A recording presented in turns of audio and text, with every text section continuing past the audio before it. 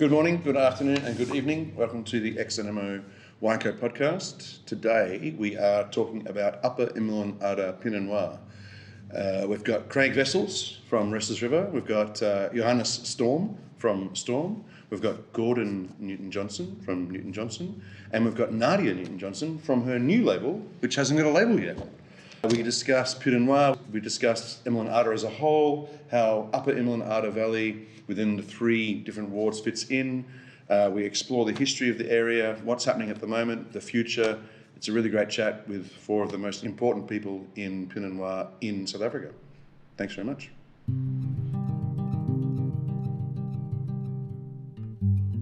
Welcome to the Upper Hemel-en-Aarde Valley podcast, brought to you by Animo Wineco. We have Gordon Newton Johnson, Nadia Newton Johnson, Johannes Storm, and Craig Wessels. There's a lot of people at the table, more people than I'm used to, so I'm going to do less talking this time, which is, I think, everyone's going to be very happy about that. Who wants to talk about Upper Hemel-en-Aarde Valley first? Probably the person who's been there the longest would be Gordon. So to me, I mean, you're second generation. Second generation, well, first making wine. My dad was a Cape wine master and worked for Stellenbosch Farmers Winery back in the day, in the late 70s, early 80s. Mm-hmm. And roundabouts when we, with our reintroduction into the world wine industry after apartheid, my dad started exporting wines and became an agent for guys like Jan Boylan, Kutsia, Bram Flimvelden at Overgaal, Neil Ellis, and exporting wines. And then started his own little negociant brand called Cape Bay. And was this all based in Stellenbosch still at this point? Or? Yeah, he was kind of a one-man band working out of his own office, just sourcing wines, getting them bottled with his own labels on. And then eventually wanted to house the brand and get a little property, and eventually bought a little 7-hectare property in the Hemel-en-Aarde, not in the Upper Hemel-en-Aarde. Mm-hmm. That was 1995 when he bought the property, and I started there with the family, just helping to bottle the wines of this negociant brand, and eventually start what would be Newton Johnson in 1997. And then, slowly but surely, we got the opportunity to buy another property a little bit further north, further up in the Upper Hemel-en-Aarde. We had no idea, what we were going to encounter there. Mm-hmm. It was virgin ground. What year was this? This is we bought that property in 1999. So this is currently where the winery is. The current property, okay. Yeah. And we started planting there in 2002 with the very first vines that went in over there. So we had no idea what we were going to encounter, and weren't really cognizant of what the soils were like. We had some experience with buying some fruits from, at the time, Sumeridge as well. Okay. And that's not a million miles away. No, I mean, it's right next door. So you probably had some idea of the soils. Yeah. But not so much hooked on them being granite soils. Okay. We'd always been used to the Hamilton Russell wines, the Bouchard wines of the Bockerveld shell soils. Mm-hmm. Same with down the hill. Yeah. Towards the ocean. So I think the Upper Hemel-en-Aarde is just a little bit further up in altitude from the Hemel-en-Aarde appellation, the Hemel-en-Aarde Valley appellation. Very exposed to wind, as Craig I think would also comment. And these granite soils, these very kind of blotchy granite soils. We've got the Onrus River basically bisecting that part of the appellation with a south-facing part and a north-facing part. Yeah, I think that's an important part, because I think people, when you drive up the Hemel-en-Aarde Road, you only see a certain part of the valley. You don't really see. If you look on the map, the road sort of hugs the southern, more or less the southern border of the appellation, isn't it? I mean, on the other side of the river, there's a whole world of vineyards over there that no one really sees or visits, because there's no road there. Yeah, and very little vineyard planted actually on the south-facing side. So I mean, all the history is on the north face, the warmer slope. Okay. Where we planted most of our vines, Restless River as well. Spookfontein and Sumeridge. Okay. Well, just maybe quickly for people who don't necessarily know where the Hemel-en-Aarde or the Onrus River is. I know it's your world, but maybe not everyone knows what that is. Maybe in context of Cape Town, South Africa, where are we? So we're about an hour and a half drive southeast of Cape Town, very close to the southern tip of Africa, and basically hugging the coast. So the Hemel-en-Aarde Valley, or all three appellations, are anywhere from 4 to 9 kilometers as a crow flies from the sea. So very much influenced by the maritime winds off the Atlantic. Various soils within there, and it's also kind of blank between two mountain ranges. You've got the Cainrefie Mountains, which are just behind Hermanus, the town of Hermanus. Then you get the valley, and then you get the Babylonstoren range of mountains as well. So, and does the valley more or less run east-west, or is it, if it's north-south and north-facing and south-facing, then the river would go east-west, or is it sort of more? Yeah, it is a kind of a eastish, westish line. Yeah. The north face, I'd say we probably face more northwest. Okay. And the south face is more southeast. Okay. As well. But a lot of difference between the two slopes as well. I mean, we get up to 2 weeks difference in ripening. So when you bought and planted, the Upper Hemel-en-Aarde Valley WO didn't exist. It was just Walker Bay then, or? It was all Walker Bay. Yeah. When did these appellations? 2009. 2009. Okay, there you go. That's when all the producers really started talking about formalizing a Hemel-en-Aarde appellation. Originally, we only wanted one appellation, but the soil scientists and climatologists at the Wine and Spirit Board came back and gave us 3, with very similar names. Sounds efficient. So it was all quite confusing in the beginning. Yeah, right. And a real challenge, I think, to go and market those names. But I think if we luckily they all have Hemel-en-Aarde in them, so sort of you can talk about it as a collective. Yeah. So let's get it straight. So going from the coast inland, there's the Hemel-en-Aarde Valley. Yeah. Then the Upper Hemel-en-Aarde Valley, which we're talking about today, and then the furthest inland is the Hemel-en-Aarde Ridge. Yeah. Okay. So we're the biggest appellation of the 3. Okay. I think we've got about 100 hectares of vineyard. I think we're about, I'm not sure, in total size, 300-400 hectares. And then you've got Hemel-en-Aarde Ridge right at the top. So we're in the middle with altitude. Probably, I'm not sure, but the most exposed to wind as well. Oh, really? That's interesting. Okay. And generally, as the grapes ripen, they would ripen first in the Hemel-en-Aarde, so lowest altitude, and then a week later you'd get the upper, and then probably a week or 2 later as well you get the ridge. Okay. Very cool. Very cool. Nadia, welcome. Thank you. When did you arrive in the Upper Hemel-en-Aarde? I arrived first in 2004 in the Hemel-en-Aarde Valley. Okay. Thanks to Johannes' brother. He's my good friend. Okay. And I did an internship at Hamilton Russell with Kevin Grant at that time. Okay, cool.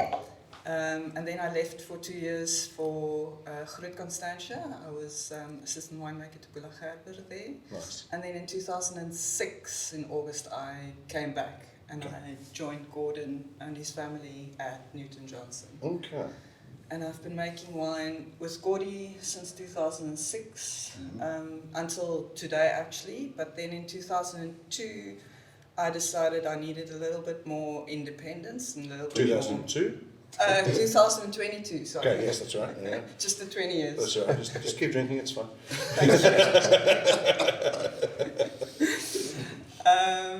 Needed a bit of independence. And 2022, so last year? Yeah. Okay. Yeah. So before harvest or after harvest? She's during harvest. Mid-punch down. I'm still thinking about it. And so, I got the opportunity to be able to bottle some Pinot Noir and Chardonnay separately. Okay. And I'm still in the process of getting the brand name sorted. Yeah, right. Very cool. Packaging, Very exciting. all of that. So that should. And how much did you make? I made about 1,000 litres of Pinot and 500 litres of Chardonnay. Okay, so huge numbers. Yeah, First it's up, huge. And it'll never be big. You know, Okay. I've got ideas of Yeah. creating small micro vineyards as well in order for us to So experiment. you've departed Newton Johnson, but you haven't departed Gordon. No, Yeah, right. not at all. And I'm Because still. obviously there's a nomenclature mix up there, and like Nadia's left Newton Johnson. Oh my goodness, is Gordy okay? You know. I'm still alright. Okay, that's hugely exciting. And are you making the wines at Newton Johnson? Making the wines at Newton Johnson, Okay. and I'm still helping Woody in the winery as well with Yeah. the Newton Johnson wine. Cool. So Okay. not much has changed Okay. for the two of us anyway. Right. Okay. Cool. Yeah. Awesome. Hannes, welcome. Thank you. You've got probably a more diverse story, I suppose. You came. Yeah. Okay, so my journey started in 2000. In 2000 at Hemel-en-Aarde, and in my university practical there, my internship for 2 months. Okay. I think those days I did a bit of mountain biking, and I was riding my bike on the farm, and I popped into the office asking the management if they're willing to take in a 22-year-old student to come and work there. And What inspired you to do that? well, I think in those days it was the Hemel-en-Aarde Valley was a bit of the Wild West. There was nobody knew about it in Manus, so it was a dirt road, and it was quite cool mountain biking trails and so forth. And I think I also kind of liked the idea of Pinot Noir. I did a small seminar in my final year on Pinot Noir, and I thought maybe Pinot Noir and Chardonnay, not that a student on a student budget can get far buying Pinot Noir at that stage. We drank the cheaper stuff. But no, and that's where my Pinot Noir journey started. And during that internship, I was offered a job as assistant winemaker. And then in 2001 and 2002, I went back as assistant winemaker. And then in 2004, And who was that under there? It was also Kevin Grant. Okay. So he was a winemaker. And in 2004, I was employed as winemaker in the Hemel-en-Aarde. I did a few things up in the Upper Hemel-en-Aarde at Sumerich at that time. I had many hats on, from general manager to viticulturist and winemaker. Called back to Hemel-en-Aarde, and I was their winemaker until 2015. But I was very privileged to be able to start my own brand, Storm, in 2012 already. So the vineyards were planted in 2008, both of the Vrede and the Ignus vineyard. And yeah, the rest is history. So done my 24th vintage in the Hemel-en-Aarde this year, and the 12th vintage for Storm this year. So that's exciting. Very cool. We're going to talk about everyone's wines in a sec. And Craig, welcome. Thank you, Dave. Yeah, first time chatting. What's your story with the Upper Hemel-en-Aarde? Well, Upper Hemel-en-Aarde, 2004, Mm-hmm. Anne and I bought the farm that we're on. It was pretty wild back then. But I think what a lot of people don't realize, perhaps don't know, is that we actually moved into the area originally in 1999. We bought a small farm out near Teslasdal, near the little hamlet of Solitaire. It's sort of out past the back of the ridge, is it sort of that direction? If you climb out the valley and you get into the ridge, Yeah. and then you continue towards Caledon, Yes. you get to Shaw's Mountain Pass. Yes. Before the pass, you turn right and you hug that mountain, Mm-hmm. the Klein River Mountains, and the town of Teslasdal is about 10 kilometers down that road. Okay. And a little interesting fact about that area is the Klein River flows from the source is Teslasdal, and then it flows around the Klein River Mountains through the town of Stanford and the lagoon out near Grotto Yeah. in Full Clip in Amanus. And that river has the notoriety, I guess is the right word, of being the longest river in terms of the distance it travels, where the source and the mouth are the closest. Oh, I see. Some Okay. trivia. Yeah, there you go. Anyway, that's Teslasdal. That's some That's deep. Teslasdal. That's deep records. Yeah, timing. you know, we pay attention to the detail. Yeah, we have to be known for something. So we actually bought a little spot out there in '99, Mm-hmm. and in 2002, I planted a Cabernet vineyard out there. As you do. There was nothing out there. It was just virgin land, and we built this wooden house on top of a hill. It looked a bit like the little house on the prairie, and it was just a place that we used to go to on weekends. But I did plant a vineyard out there in 2002, And I never got to see that vineyard through to fruition because we sold that farm in 2004, and in 2004 we bought Restless River, Okay. and then started to develop that property. But there were grapes already planted at Restless River, not a lot, and there was some Cabernet planted, which as a result happens to be the oldest cab in the area. Not that that's saying a lot because there's not a lot of cab in the area, but Is it 2 vineyards? 25-year-old Cabernet vineyards now, which is quite substantial for such a young area. And we had the Ave Marie block of Chardonnay that was also planted in 1999. So that's 24 years old.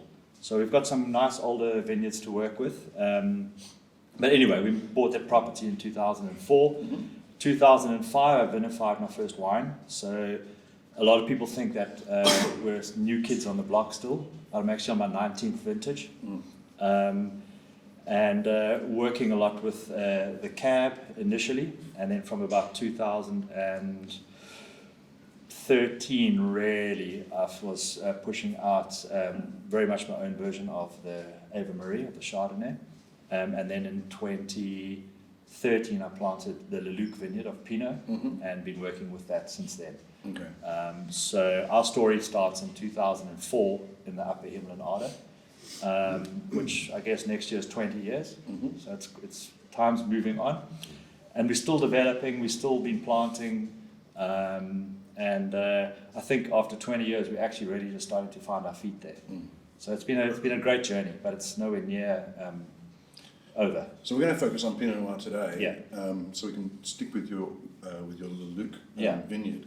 What was it that, obviously you had Cabernet there, and you have Chardonnay there, and you probably, did you plant more of those as well? I have, yeah. But why did you start planting Pinot? I mean, it makes sense after the fact, but...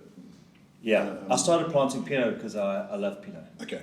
So I love Pinot a lot, and Chardonnay. I go to Burgundy every year. I think I've been there every year for the last 8 years, maybe bar 2020, the COVID year. And it's just something that philosophically resonates with me. And Pinot Noir in the Hemel-en-Aarde, well, as we know, is a bit of a no-brainer. So if you love something and you can grow it successfully... When did it become a no-brainer, do you think? Like reputationally, or has it always been a no-brainer? To me, it's always been a no-brainer. Okay. I've always loved the Hamilton Russell Pinot from back in the day. Yes. Bouchard as well. Yep. But I'm talking about the Upper Hemel-en-Aarde. When did that? I mean, maybe. No, I don't think it was anything like to really break it down to that smaller an area. It was just the Hemel-en-Aarde in general. Yes. Is a no-brainer for Pinot Noir and Chardonnay. I don't think. My personal opinion might be slightly biased, but I think it's the greatest growing region for Pinot in the Southern Hemisphere. Okay. In that context, I think we should be planting as much Pinot as we possibly can afford to plant there. Yeah. That's interesting. Yeah. So when are you taking the Cabernet out and replacing it with Pinot then? Never. No, if something works, if something's not broken, you don't fix it. Yeah. And why does Pinot, I mean, jump in whoever wants to answer, but why does Pinot work in the Hemel-en-Aarde and particularly Well, I mean, I can speak for myself. Yeah. Climatically, it's a really cool growing region. Pinot likes cooler regions. It's fairly extreme in terms of wind, weather, soils. I think that varietals that ripen in a marginal area tend to develop incredible wines down the line. So if you take all those factors into account, you can tick a lot of boxes that Pinot Noir likes in terms of growing. Just from my side, I think in the Upper Hemel-en-Aarde, looking at that ward, is that we have, as Craig said, fantastic climatic conditions that's so prone to giving us great wines, but I think the texture... Specifically, what climatic conditions are you used? I think because we're more or less 100 meters higher in elevation than the Hemel-en-Aarde Valley, so we have much more aeration. I think the influence from the southeasterly wind is higher. But I think the important point for me is we have textural complexity in the wines due to enough just enough clay content in the soils. Okay. To give us that texture. And I think from a New World perspective, it's so important to have that.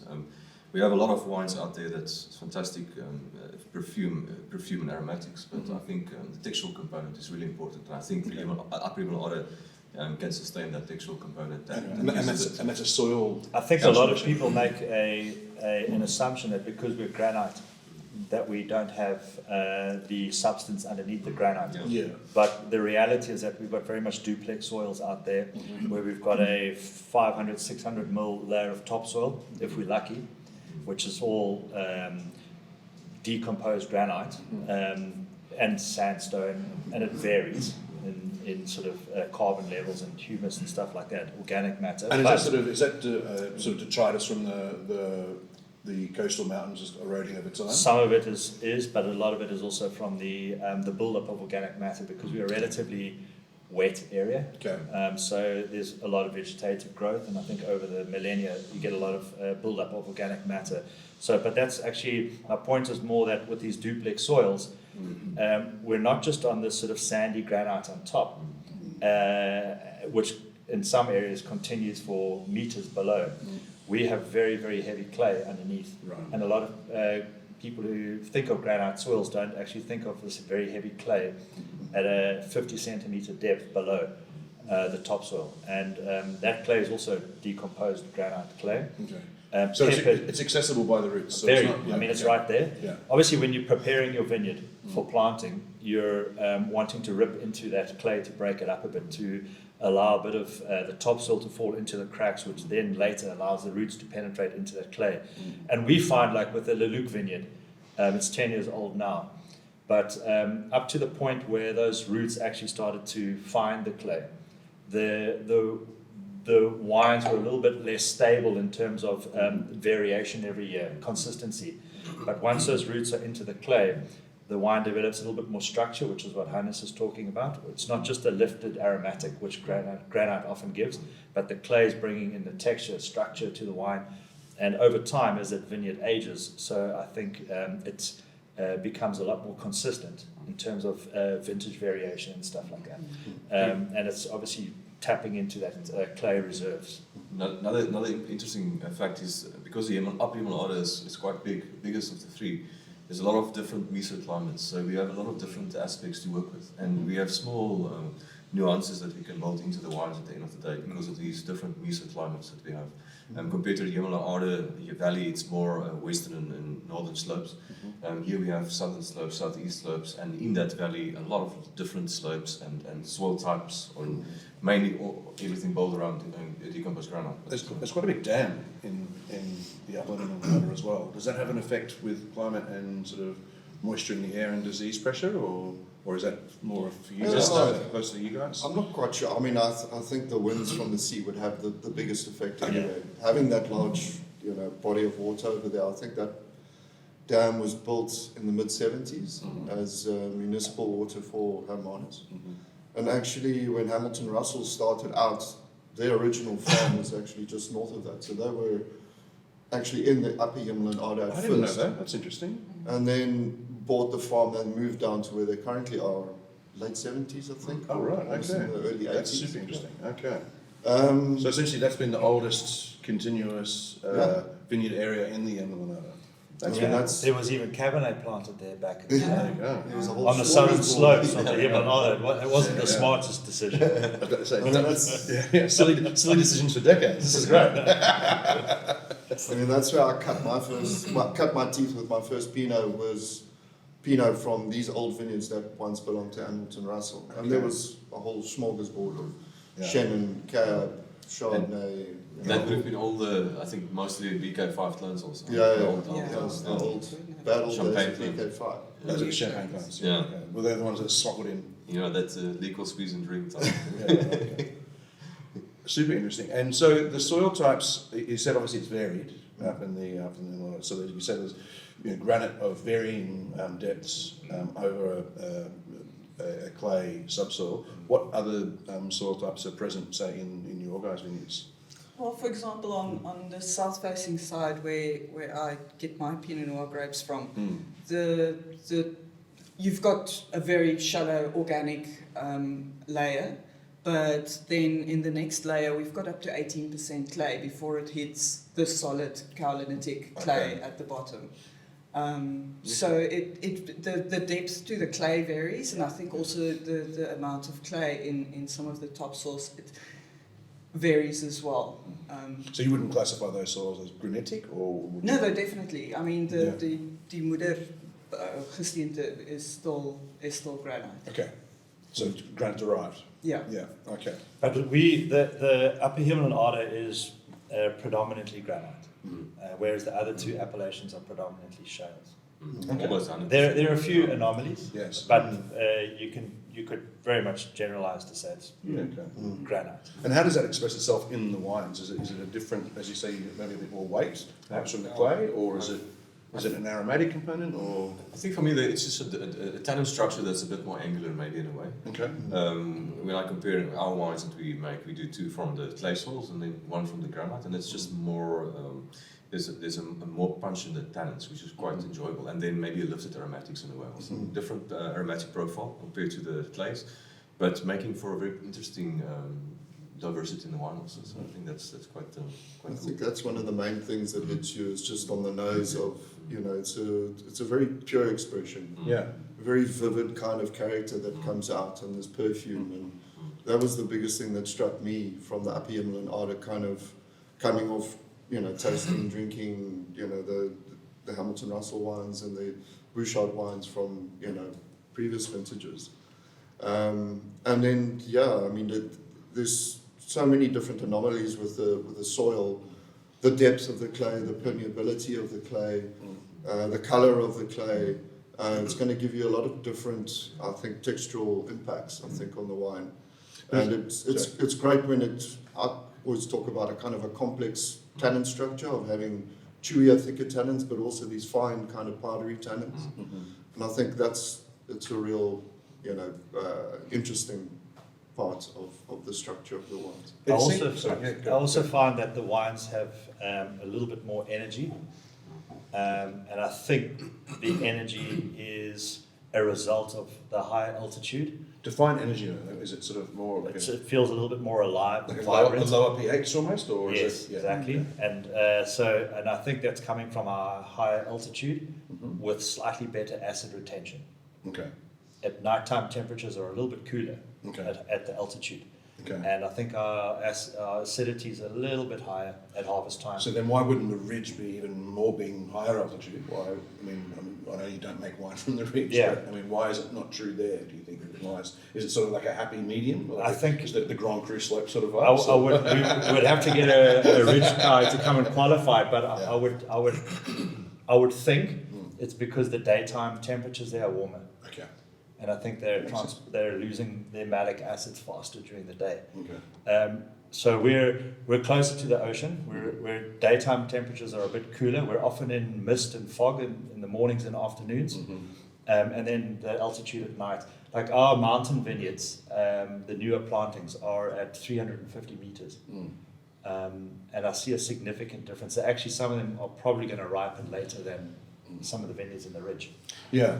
But I see, to get back to what I was saying, there's Yeah. energy, the vibrancy in the wine, and I think it's a pH-related thing Okay. in acidity. It seems to me that you are unexpectedly burdened or gifted, depending on your perspective, 3 appellations or 3 wards. Yeah. But it seems like you're all very now comfortable talking about the 3 wards as separate entities, as being distinct from each other. Is that true? For sure. Obviously there's a communal nature about the Inland Valley as a whole, but in terms of the terroir or of the valley, it is. Each ward is kind of developing its own identity. Yeah, and there doesn't seem to be much interblending between the wards either, in terms of wines, Like marriage. of fruit. So blending different wards. It's still part of South Africa, mate. So. I'm surprised that these 2. No, there's not. I think we generally, because of our wine of origin scheme, if we had to buy fruit from 2 appellations, it'd have to be labelled as Walker Bay. It would, yes. Yeah, and then it gets to a very big area, you know. Yeah, well, that seems like a bit of an oversight. It would have been quite cool. We were thinking about it if we could do a wine, maybe a blend, and it will be a Hemel-en-Aarde appellation. Area. Yeah, that's what I was thinking. I mean, that would be good. But now Is we, it- now so we, if the you- Walker Bay is quite big. So it's from Bot River to almost like Elam. Yeah. So for example, if you wanted to blend your 3 Pinots together, or like declassify a couple of barrels or whatever, and blend them together, it would be Storm Walker Bay. Yes. Yeah. Or Yeah. you know, That's the best we can do. Then. yeah, Yeah. that's Yeah. odd. Yeah. Exactly. I mean, it was a real challenge in the beginning, and we got plenty of warnings, I think, from a lot of wine writers saying, just talk about the Hemel-en-Aarde as a collective. But I think it's slowly had traction. Yeah. And things like the Pinot Noir celebration that we've been doing every year, I think that's helped to put that into people's minds. And definitely with us, within the valley, we have our own identities. Yeah. We're acutely aware of them. And I think that has had traction now in the market as well. Yeah, but it seems uniquely Yeah. legislated that way within South African wine. That there's 3 little wards together being part of a much bigger. I mean, Walker Bay, what goes from Bot River down to where? Yeah. Down to where does it stop? Stanford. Stanford, yeah. And then inland to what? Caledon. Even to Rock, there's Yeah, and that's a pretty diverse. it's huge. Yeah. I mean, the wine of origin scheme was largely based on historical boundaries, I think, Yes. way back. And Yeah. because we're one of the newer wards, I think there's a lot more science that's been put into it. So scientifically, it makes sense. It was just a real challenge, I think, in the beginning to. And it's interesting for these new areas where legislation sort of leads the production in certain ways. So if you had have been just gifted or burdened with a singular Hemel-en-Aarde ward, maybe there would be more interplanting, because we wouldn't need having this discussion, because you'd be talking about parcels of fruit rather than actually finished wines because of the options of labelling. But I think you still you still, as a group, you refer to the Hemel-en-Aarde. I mean, no one really refers to the Upper Hemel-en-Aarde Valley. So I think you can have the best of both parts. Yes.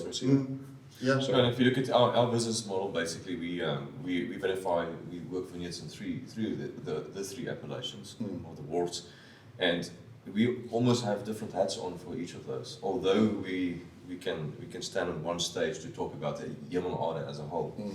And I think just to add to Gordy, what you said about the whole demarcation, I think what helped us a lot from a scientific point of view is that the role players in the valley are all put a lot of effort in establishing these wards from a different geological point of view and geography and all and so forth. You talk about the Hamilton Russells and the all the families that were involved in those days. It actually makes sense scientifically at the end how it panned out. So what I mean, obviously, Hemel-en-Aarde is a valley on the southeast coast, essentially. Southwest coast. Why is there not a lot of Pinot Noir or really successful Pinot Noir further down south in Stanford and Elam? Is it? Ocean changes. Okay. If you've ever been for a swim at Honors Beach or at Full Clip, the water's cold. Part of the Benguela current that comes up from the Antarctic, hitting Cape Town and going mainly up the west coast. Some of it does go southeast. The ocean around Hermanus is quite cold. I mean, anywhere from 14 to 16 degrees mostly. But if you drive an hour further east, you start to get honest in those places there. It's Indian Ocean. There's a total change. You can see that change visually. There's hardly any kelp in the water. So it's just a totally different ocean. And warmer ocean, I mean, any given day it can be 5 degrees warmer. Oh, wow. Okay. So, I think there is that effect as well. And then, the mesoclimates, the mountain ranges. I mean, I think that's why the Cape is so diverse, is having all these little nooks and crannies of mountain ranges.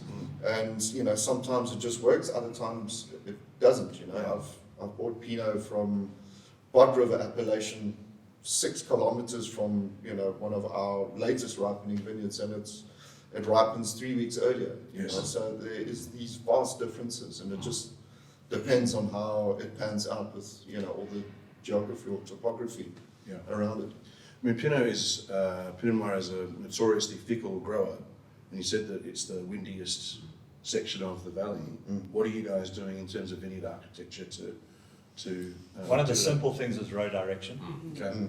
So instead of having your rows at right angles to the wind, plant them in the direction of the wind, so you get a lot less damage to your canopy. So parallel to the wind rather than perpendicular. Exactly. Yeah. Yeah. So that's one example. Yeah. Okay. And I know you're changing your pruning. Is that Oh, due to wind we've or- converted a block from cordon to geo. Yeah. That's got nothing to do with the Oh, wind. okay. It's got more to do with fertility. Oh, okay. Yeah. Right. Yeah. Okay. And maybe get sort of geeky on the vineyard side of things, perhaps. I mean, was it too fertile or was it not fertile enough? So on the cordon system, we were lacking fertility. Okay. The vineyard itself is the top portion of it is very rocky, a lot of coffee clip, a lot of sandstone.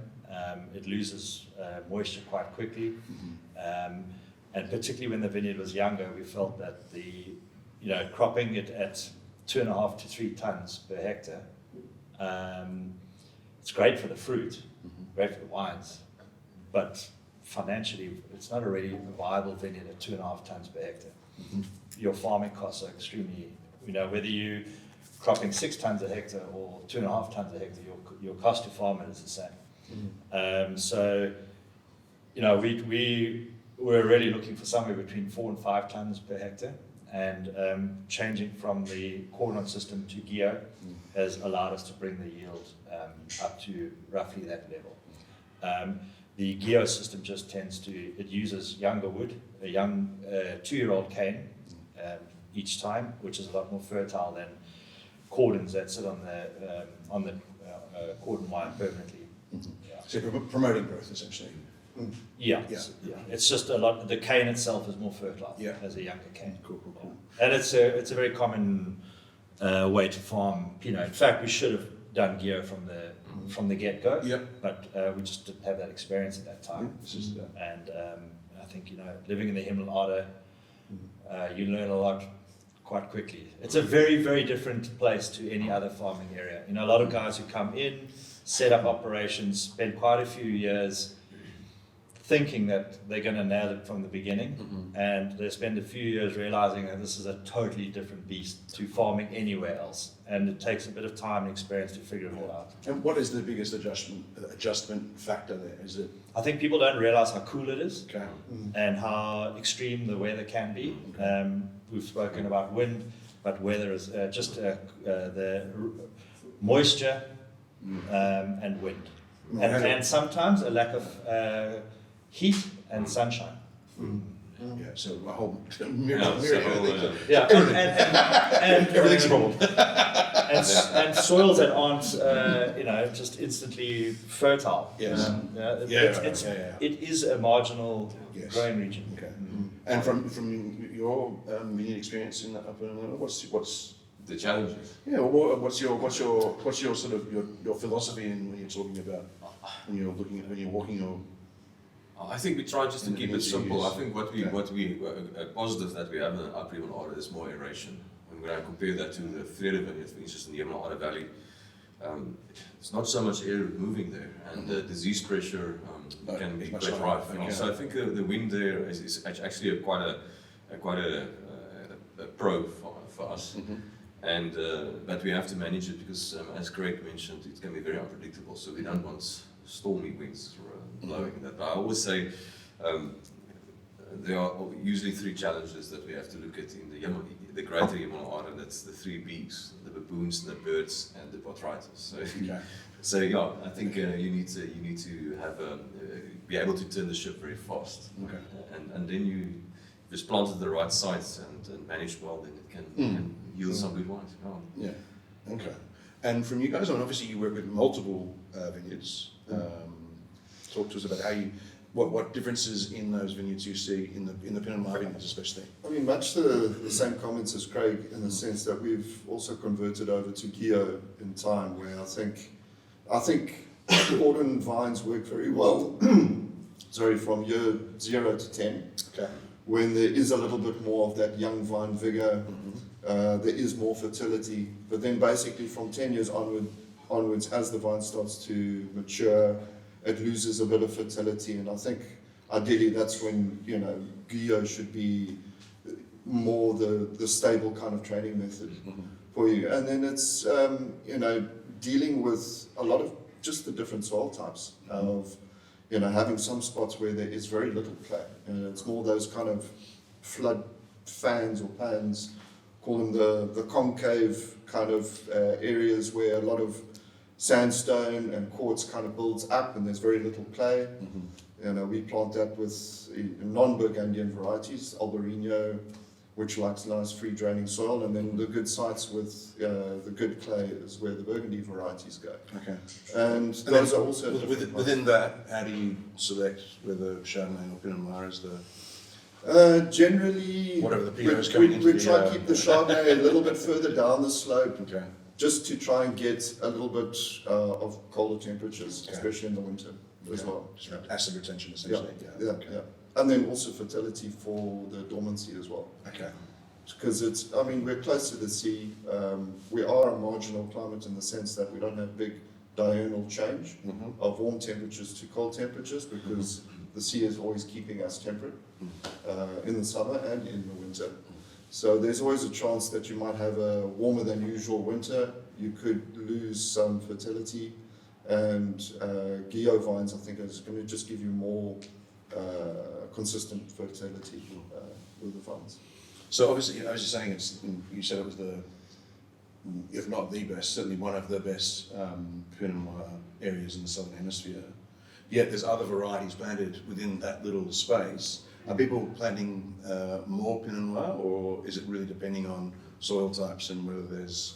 I think, as I said earlier with Hamilton Russell, I think everyone's been through the journey of planting a whole fruit salad of different stuff and then slowly graduating towards the Burgundian varieties. Hamilton Russell went through that ourselves as well. We had a lot of Syrah in the beginning and a little bit of this, a little bit of that.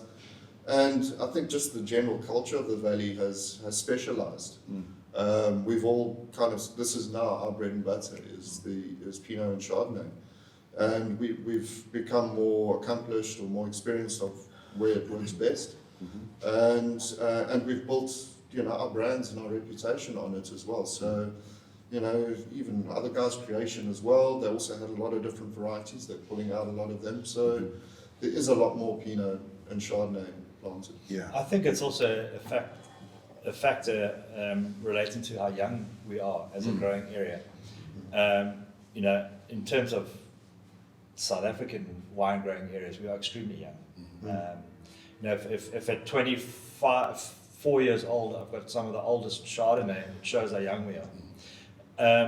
So I think there's a learning curve that takes place in younger areas where you will try to plant various things and you see what works best, what doesn't, what the market responds to, what doesn't, what the wines are like. So, and I think because Pinot and Chardonnay do so well there, you try all these things initially because it's a young area. You see what's going to work, and Pinot and Chardonnay works. Yeah. And it takes a decade or two just to establish that fact. Yeah. So, Yeah. And we're there now, which is really exciting. Yeah. I was going to ask you guys who converted your pruning. Do you lose a harvest, or is it? No. Okay, straight in. Okay. You take a little knock, Okay. but no, sometimes actually it can even be, your yield can be higher straight away. So, no. We Yeah, also we converted a experienced block, and that Yeah. first year after we actually got an amazing crop Yeah. that we didn't expect. Yeah. Cool. I think maybe let's talk about recent vintages. We'll go backwards. Starting with 23. How's 23 looking? When I was obviously young. I think it's looking Okay, good. let's talk about 22 then. I think 23 is good. I think 2023 we were very happy and lucky that we could harvest the fruit at the right time, and I think it was really a big challenge. Why was it Because- challenging? If you look at the rainfall that we've got, it was, I say always, the winter started on the 14th of February, which was Valentine's Day. Right, okay. Yeah, so I think on that day, in the evening, we got 90 millimeters. So it was really challenging, and I think it was just to add on And that's to right at harvest or just before? well, normal- that's in normal- the epicenter of Yeah, harvest. okay. I think that's the day. That was actually the day when we harvested Ignus, the one that we'll taste. Yeah. And I finished at 4 o'clock, and I think it started raining at that evening, and it was copious amounts coming down. So it was really challenging. And if we look at the rainfall figures where we are at now, it's probably close to 2,000 millimeters. And what's normal? What's an average year? Well, I see here at 800, yeah. And we're at 2,000 already this year. 840 in the Yeah, more than double. 800, yeah. Yeah. So yeah, and the 22 growing season, the 22 growing season 21, we were just about 1,200, and that was already a lot. We are probably 600 more than that at the Okay. moment. So So the end, well, you're going to have to sort of a smaller harvest in terms of. we actually, I think it was for us, just from a storm point of view, we were very lucky that it's the first time last year and this year after the good rains that we've actually can celebrate with quantity and quality at the same time. We had a really good crop this year for the first time in a long time. Okay. And I'm talking about fluctuations from 1.2 tons per hectare to 3.9 tons per hectare in a 3-year period. You know, so it's really very encouraging to actually see that there are some barrels in the cellar that can be stacked 3 high. You know, not only one level. Yeah, no. So it was good for us, but I think for all of us it was challenging, and we needed to really be very proactive in our approach. Okay. And for the Newton Johnsons and you know, Nadia, your new one hasn't got a name yet, has it? It's got a name, but I need to just TBC. make sure that I can actually use it. So, Yeah. not there quite yet. Na- Nadia's okay for now. Nadia's okay for now. Okay. Remind me or inform me, when Newton Johnson, do you use much south-facing vineyards from Pinot Noir in the Newton Johnson wines? Yeah. Okay, you do. So it wasn't a total surprise for you. It wasn't a massive. No, we've been working with that. With the, okay, right. And 23 for you? Yeah, 2023 Challenging? was tough. I mean, if you look at the rainfall and our picking window, it was 50% of the time it was raining. So we literally had very few days that was dry enough to get the fruit off. Okay. The ones that we did get off early enough are actually looking pretty good. Mm-hmm. There's one block that did get a bit of botrytis, so a lot of sorting on the table. Yes. And I think, in general, we picked a bit earlier than definitely 2022. A lot of hand hours. A lot of hand hours, yes, for sure. I won't say man hours, it's just usually ladies because they're a bit more attention detail focused.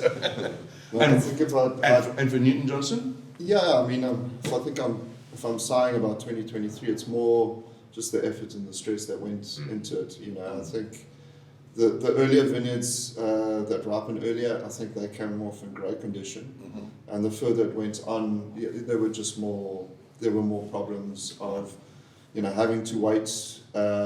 You know, you just didn't want to pick too early. You don't want to pick too late and lose too much fruit through rot. We did have some losses, but not, you know, at the end of the day, not too bad. So I think that, you know, the quality is great. I think maybe the Chardonnays might be tip the Pinots as being a really great Chardonnay vintage. Okay. Just longer ripening, but it seemed to have followed this kind of trend of the drought years that we had of 2015 to 2017, maybe even 2018. Warmer, drier, very dry. And then these cooler vintages and wet vintages, 19, 20, 21 to a certain extent. 22, I think, was a bit of an anomaly. We'll keep talking about 22 because I'm asking about it next. Yeah. I mean, after having that up and down of all those previous vintages, I really enjoyed 22 in the sense that we had a lot of rain in the spring. I mean, we hardly irrigate in the valley. If we do, it's just supplementary. So we got, you know, good amounts of vigor from the rain, and then, you know, as the new year turned around 2 weeks before Veraison, the water just switched off, and it didn't get hot, but it was just nice and dry and mild. So quite a classic wines then. It sounds like Yeah, it just seemed like we coasted into harvest, and we weren't rushed by any heat waves to kind of get the fruit off. You know, you could really wait for the tannins to ripen properly, and you weren't chased by, you know, it being too warm or by rot or anything. It was just great amount of grapes, great quality, great health. and it was just so easy. You know, how could you not make? Yeah, I think it was the first year, the 22 growing season, that we had normal rainfall in the winter. And the winter actually kicked off in May as we wasn't nothing and it wasn't too much. And then as Gordon said, it switched off and we had a lovely moderate dry spell for harvest. And sounds idyllic. Yeah, so I think very little heat. I think we only had about 3 days that were over 30 degrees that summer. Wow. Yeah. Okay. And 21. I'll just go back a few more and then we'll, I don't want to go back to 1842 or anything. So. 2021, we also had good rain in the winter. Also a wet growing season, but it was much cooler during the ripening season. Yeah. It was. I actually checked stats the other day for a tasting. It was only 2001, 2004, 2008 that were cooler. So it was really than 2001. If you look at all the average of the maximum temperatures, that was really a cool vintage. I mean, that's almost across the 22 years. So I mean, it seemed to be from a macro perspective, 21 was a very, very good vintage in South Africa as a whole. Would you classify it as a very, very good vintage in the Upper Hemel-en-Aarde Valley? Or not quite as enthusiastic as... I think once I said the verse, we should answer it each of us. You're all going to say, we have to get the same answer. What do we have to sell?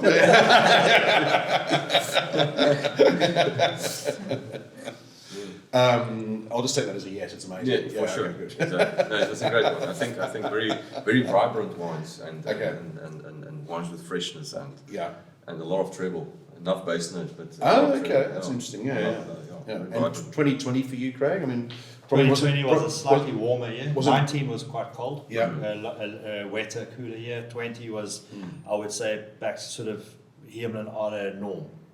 Okay. 15, 16, 17, 18 drought, 19 wet, 20 back to normal. Okay. Because you didn't release a Pinot from the Luke in 2020. No, but that's because we got hit very hard by strong winds during flowering. Okay. So it decimated the fruit set on the vineyard. So we actually only cropped about 1.5 tons off that block, and it wasn't a viable amount for a single vineyard bottling. Okay. So I didn't release. Right. Okay. And 2020 for you? Did the wind nail you as well? I think for us, back to normal after 1 year of drought, after one wet year, 2019. But I think 2020 for us somewhere in between. It has quite good aspects on both sides, and the wines actually have a lot of longevity built into them. So I think it's a good viscosity, length, and structural components in there, which is a good one. It's one of my favorites, I think. Okay, cool. Nice. Long ripening. I mean, one of the things that I've noticed is that if you take the Burgundy standard of from flowering to harvest of 100 days, is their standard. I think for us, we're slightly warmer on average.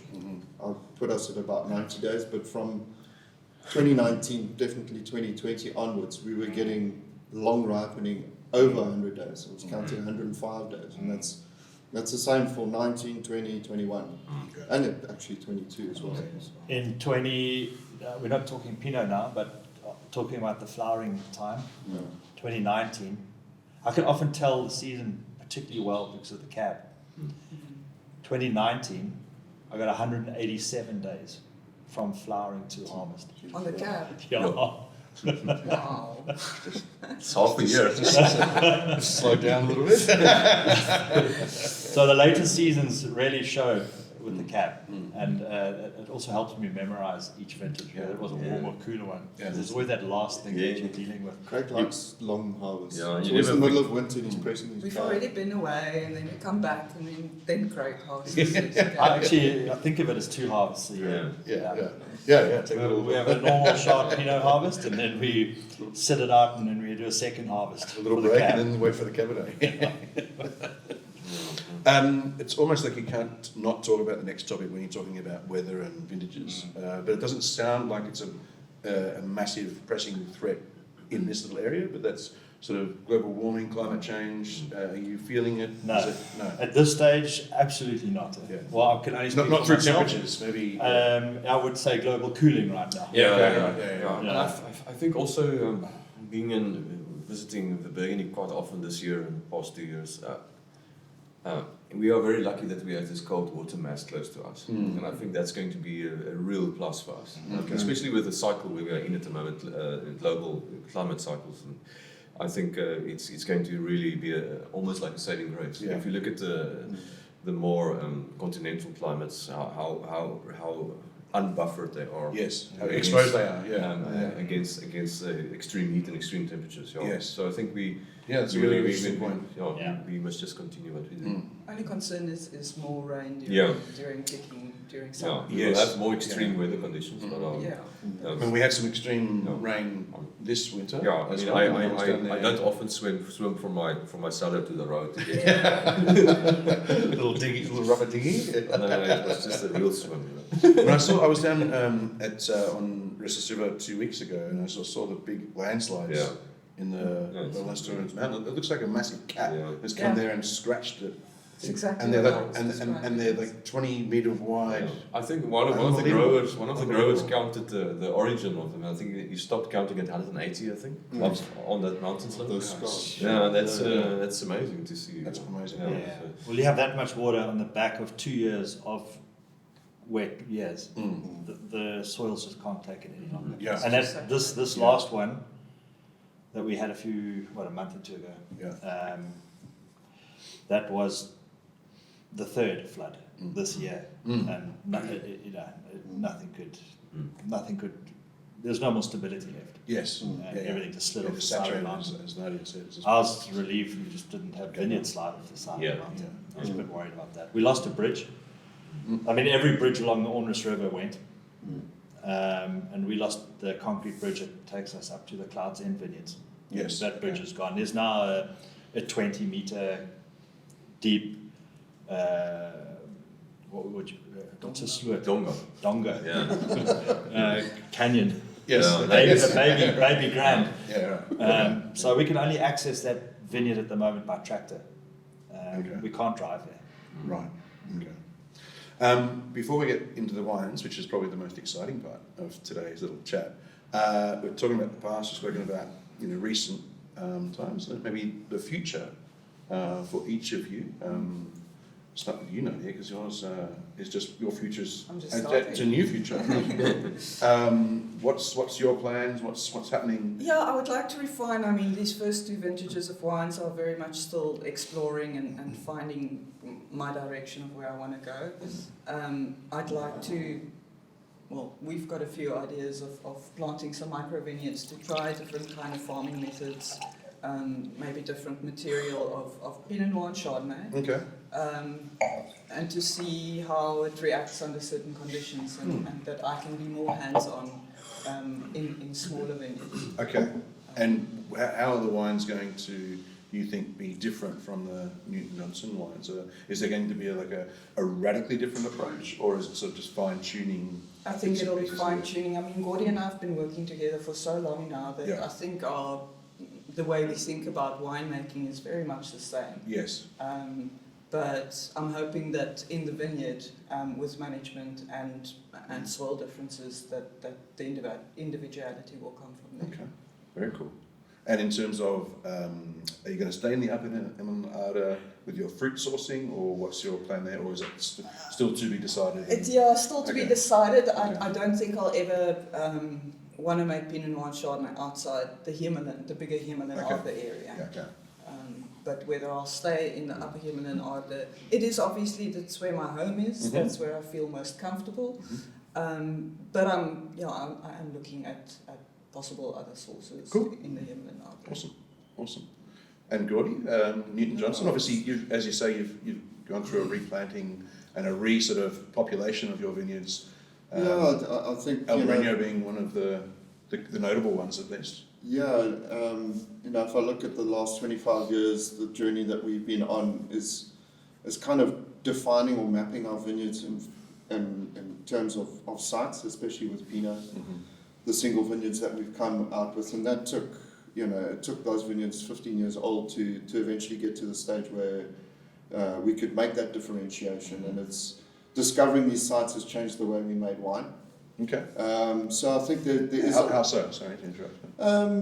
I think, 25 years ago we were quite conventional. I think, a lot more additions, inoculating, that kind of thing. And A bit more formulaic.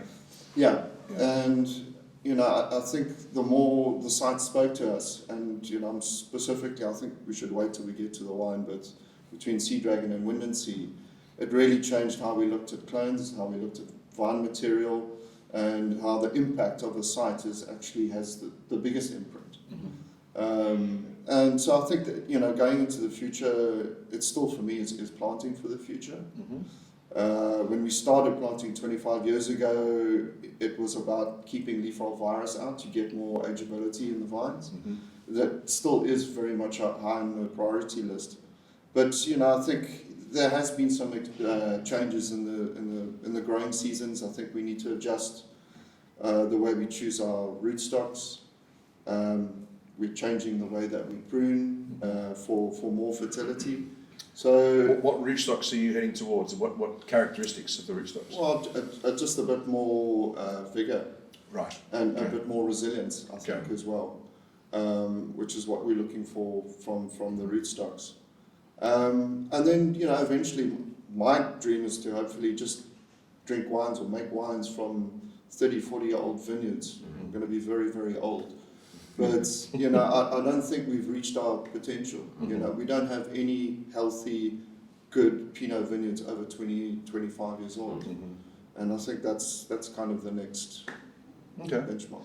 And family-wise, I mean, you're second generation. Is there a third generation who's interested at this point, or coming There is a along? third generation very interested. I can't keep them away. You've been trying to. I'm not trying to put any pressure on him. But all he wants to do is be outside and be on tractors and drive stuff. Yeah. But yeah, Keep all this wine glass away from it. Yeah, don't get Craig to teach him how to drive a tractor. Yeah. You have one accident. but we'll see. Once he hits a teenager and starts stealing my booze, I might change. Okay. I might change. Fair enough. And Johannes, you make wine in all three appellations. so You've added a Chardonnay recently. No. Yeah, so maybe from an Upper Hemel-en-Aarde point of view, we've been farming the vineyard organically for quite a long time, and I want to steer back to that organic approach. We are farming very green, but it's been challenging in the valley to sustain that 100%, and I think that is one of my challenges that I want to try and do. Just being too wet, essentially. Yeah, wet and disease pressure, and it's really difficult to be 100% organic in the valley, and then maybe build something around the Chardonnay from the Upper Hemel-en-Aarde from granite soils. That would be quite interesting. Yeah, because we do Chardonnays from the Hemel-en-Aarde region and the Hemel-en-Aarde Valley, and then the Pinot Noir. But Chardonnay would be quite a nice.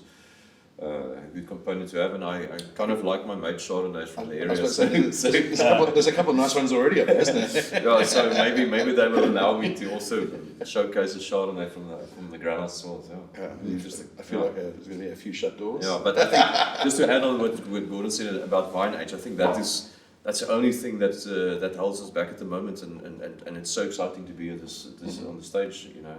Just to have vine age another 10 years or so when we even more grey to enjoy those wines. Has that always, since you've all been there sort of 2 decades more or less, has that always been in the back of the mind that leaf roll and vine age is something you need to monitor and maintain and Definitely. be diligent on?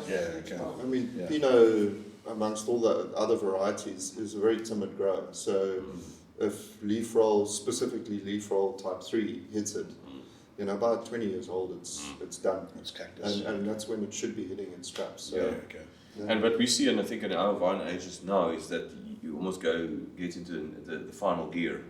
Now that we have some age, but now we need another 10, 20 years to really get into. But that's exciting. And it's the only. Obviously, you can rip the vine out and the ones near it. Is that the only remedy at the minute, or? Similar to how we all experienced with COVID is trying to isolate it, take it out, remove it to protect the other 99%. Yeah. And the lower the percentage of the infection, the easier it is. Yes. And And it reaches a tipping point, then it's fucked. Yeah, I mean, over 5%, you know, then it just starts to spread exponentially. Is it that small percentage, right? So- 1 in 20. And So if you keep your infection rates 1% and lower, and it's just being, you know, going through the vineyards, pulling out a vine. It is very shit having to pull out a vine that you planted, I'm sure. but you've got to think of saving the other 99%. And Craig, I mean, you're in the midst of some pretty seismic changes in Restless River. Yeah, so we made quite a conscious decision a while back to, I guess, invest for the next generation. You know, you don't plant a tree now for yourself. Vineyards, the same approach. So we know that all, you know, whatever we plant now is only really going to come online for the next generation. So we made a conscious decision a while back to invest in property, land, and planting vineyards. We felt quite strongly that we wanted to create something that would live beyond us.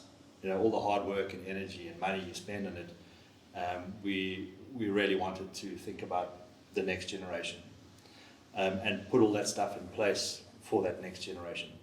I mean, it's never guaranteed that the next generation is going to make use of it, but it's there. So we took that decision a long time ago to buy land, plant vineyards, and be in control of our own quality, our consistency, and our security.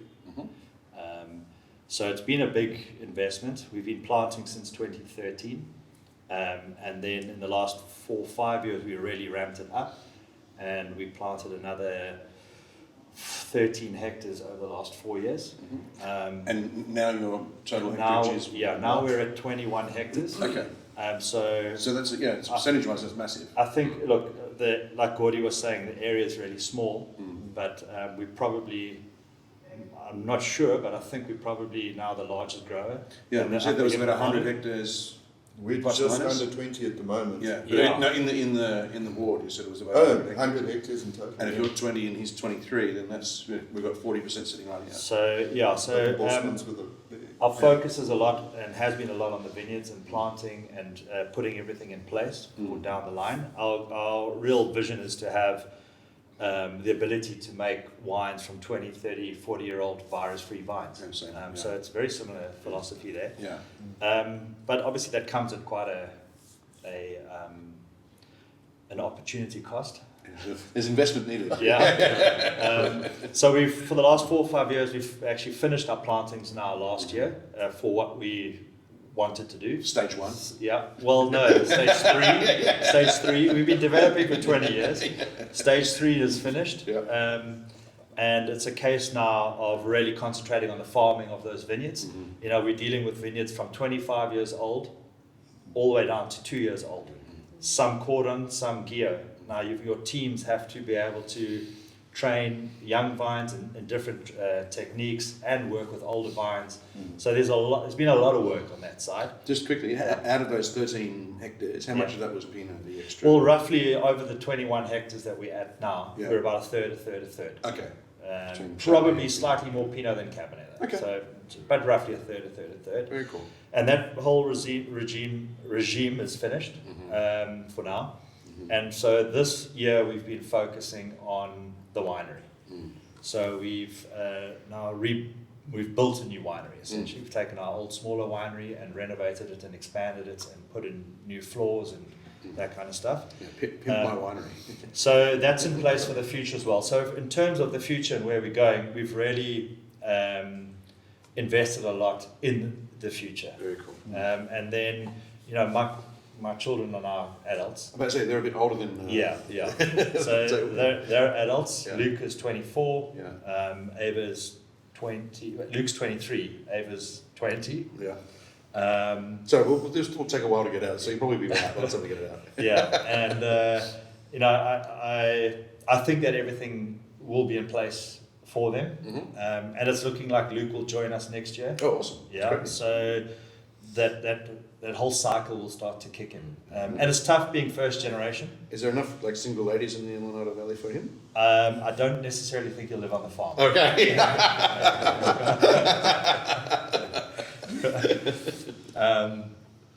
But yeah, it's tough being first generation. Yes. But I think, you know, if you are thinking about the next generation Yeah. like that, It's tough but more satisfying because it's tough. I guess. Yeah. So it's been a tough 20 years. Yeah. We've obviously been learning a lot. Yeah. I'm like Gordy. I'm not a trained winemaker, and I've never worked for anybody else. I've never harvested anywhere else. So all the mistakes you've made are yours. My own Yeah. mistakes. Yeah. Yeah. Hence a couple of vintages being ditched. You know, but it's all for a bigger picture at the end of the day. So, like Johannes was saying, it's really exciting. Yeah. You know, I think where the Hemel-en-Aarde is right now, Yes. it's a really exciting place to be. And I think there are a lot of, I sense a lot of people knocking on the door to get into that space, and I think we're quite lucky that we got in when we did, because I don't think I'd be able to get in now. Yeah. I mean, from my own perspective, being a relatively recent addition to the country, so 10 years next year. Yeah. Well, no, 10 years this year it was. When I first arrived, Hemel-en-Aarde, obviously it was already known for Chardonnay and Pinot Noir, but it's just the reputation has been extreme gradient of increase over that time. When I first arrived, it was all about Hamilton Russell, Bouchard, and Newton Johnson was doing some really, really cool stuff as well. But now you could add, 4 or 5 names to that list of really top performing producers in the region. And it seems like there's no, as you said, it's only 20, 30 years old really, in terms of high-end wine production. And that's just the start. So hugely exciting for drinkers as well as producers. So it's a win-win. Yeah, absolutely. Quality. And like that, we have poured some wine out. This is all that talking about Pinot Noir made me thirsty. So what have we got first? We've got the Restless River Leloup 21. Talk to us about it, Craig. I think maybe a good place to start is the thinking behind the wines. Yeah. We were chatting about the appellation earlier, so we're based on granite soils, clay underneath, so that has an impact on the wine. What really excites me with both the Pinot and the Chardonnay is to work with single vineyards. So I'm very much that sort of school of thought and philosophy where site expression is what excites me. And you planted this vineyard in 2013, did you say? Yeah, so it's 10 years old now. Yeah. And why did you plant it to that particular spot to Pinot Noir and not, say, Chardonnay or Cabernet?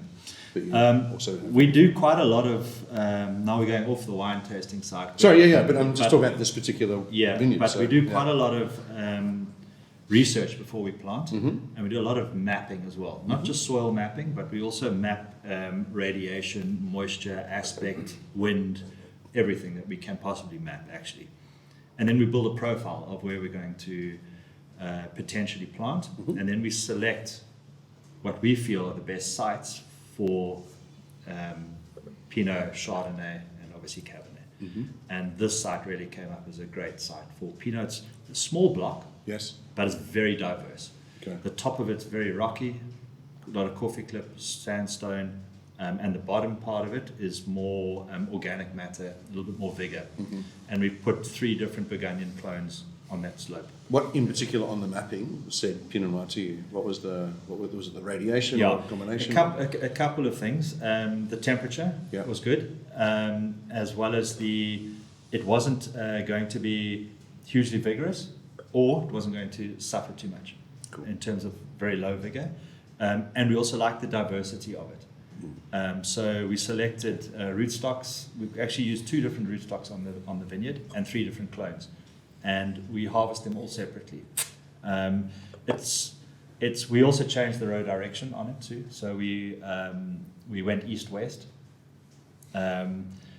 which gives us the southern side of the road is in shade a lot more, so it's cooler on the southern side. So we, although the slope's north facing, we cooled the southern side down by going east-west. Mm-hmm.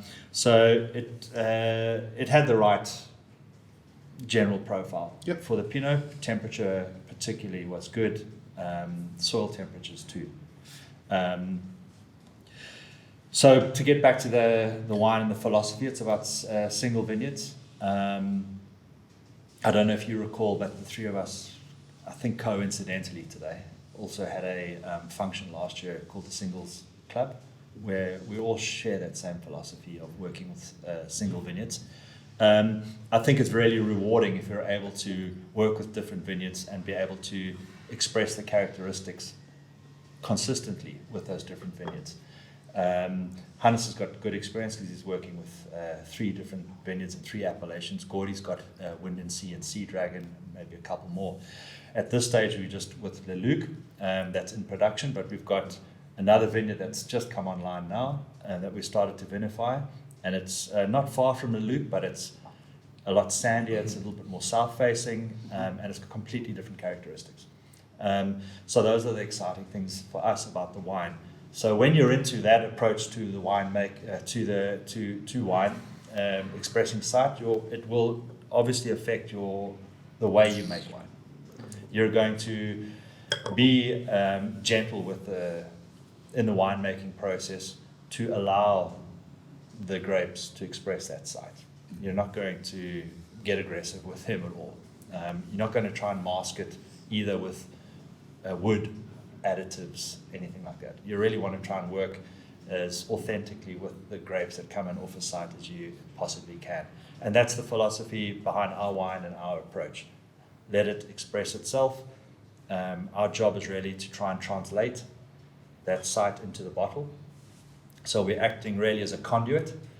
And it's about being gentle in the winery. And I think most of the time is spent in the vineyard. We're really trying to make the wine in the vineyard. So I would say 80% of our time is spent vineyard side and 20% of our time is spent in the winery side. And I'm also a much greater fan of being in the outdoors, under the sky, in the open, than in a dark, damp winery. Yeah. I mean, it's a necessary evil to be in the winery. But we very much come from that school where we want the site to express itself. We don't believe in a lot of highly modern technology behind it all. We like to do a lot of stuff by hand. We like to be in touch with the winemaking process. So, for example, we'll use small fermenters.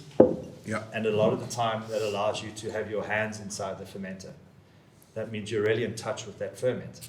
And you can pick up things instantly. You're close to the smell. You can feel the temperature of it.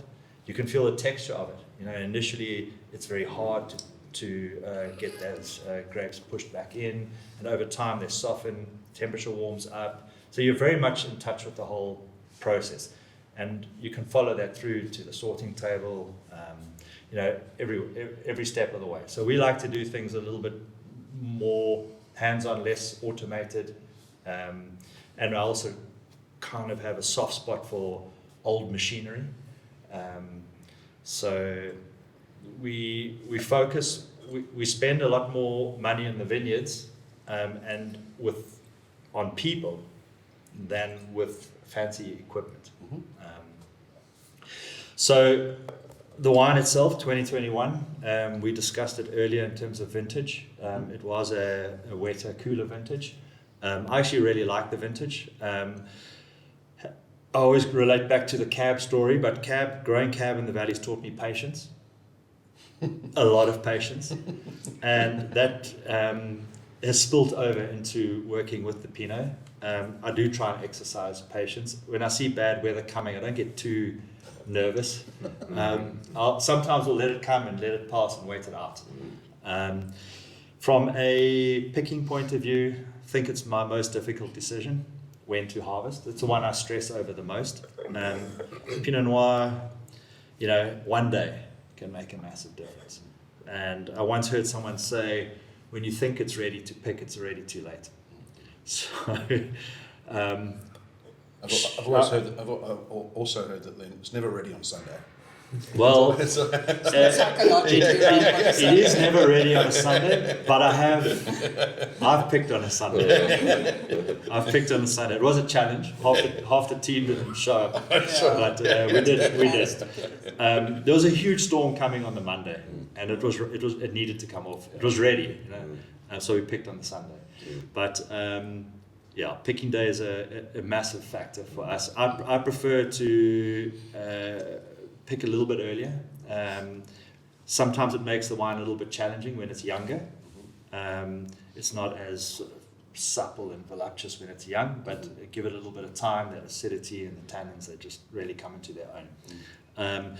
But the 21, I'm actually really happy with it. This vineyard, the Leluc vineyard, it's a single vineyard wine obviously, has a very high clay content, and with the age of the vines now, those roots are in the clay, and what we found with the wine is that we getting this beautiful aromatic profile that's quite typical of the granitic soils, but with this roots in the clay now, we're getting color and structure in the wine, and that's relatively effortless. We're not doing it through extraction in the winery. It's coming out naturally. There's a little bit of variation from year to year. Like for example, our 2022, which you tasted it in that tasting we had. It's lighter, a little bit more ethereal, but generally this block gives us quite a dark color, and gives quite a nice tannin structure to the wines. And one of the characteristics of our Pinot at this stage is this fairly fine-grained tannin, and a savouriness to it. There's a persistence of tannin in this one that I haven't found in some of your previous Lelucs. I think is it just the age of the vines, you think, or it's is it probably the age of the vines plus vintage. Yes. We were patient here. We did wait. We probably got a little bit better ripeness on the tannin through that longer hang time. But it's generally this block is a little bit more savoury, a little bit more earthy. There's a little bit of fruit sweetness, but there's no sugar sweetness whatsoever. And quite a dense expression of It's got a dark expression as well. The fruit profile. Yeah. It's very lovely. It's beautiful. Yeah. Very, very nice. Very, very cool. Thanks, Craig. But we're still learning. There's a lot to learn about Pinot. Is this your 5th vintage release? 16, 17, 18, 19, 21? Sixth. Number 6. Okay. Number 6. Yeah. So I'm just sort of starting to see that target in the distance. Yeah. Just starting to. The bullets haven't quite hit the target yet, but they're in that direction. Yeah. No, we're happy with where we're You going. can hear the ricochet. Yeah. We're happy with where we're going, and I think we've done quite good things in a relatively short space of time. Particularly given that I've never worked with Pinot before, and I've never worked in another winery with Pinot before. We've had to figure this out as we go. Very cool. Yeah, and the vineyard, obviously, understanding the vineyard. Yeah. One of the luxuries of living on the farm is that we're in the vineyard. No, absolutely. I drive past it every single day. Yeah. I'm in it every day, and you get to really feel it and understand. You build a relationship with it. Is this the vineyard where you've changed the pruning, or is it a new vineyard? Yeah, this is the conversion from Cordon to Gio. Okay. Yeah. Very cool. Thanks, mate. Thank you. All right, let's pour some Storm.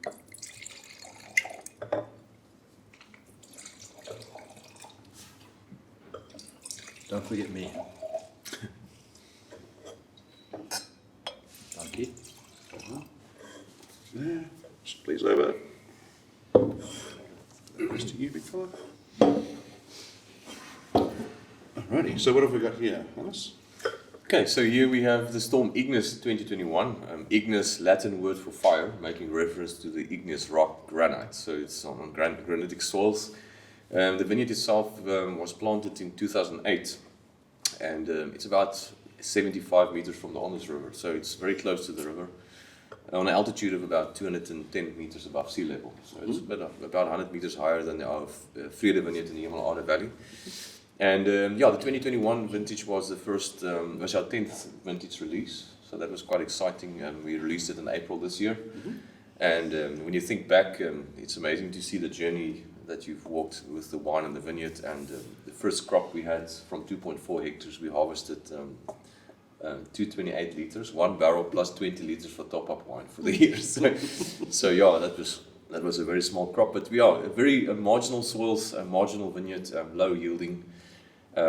It's always, as Craig mentioned, also time of picking for us. I always say the most important thing for me is the time of picking, and that is about 95% of what I do, and everything pivots around that.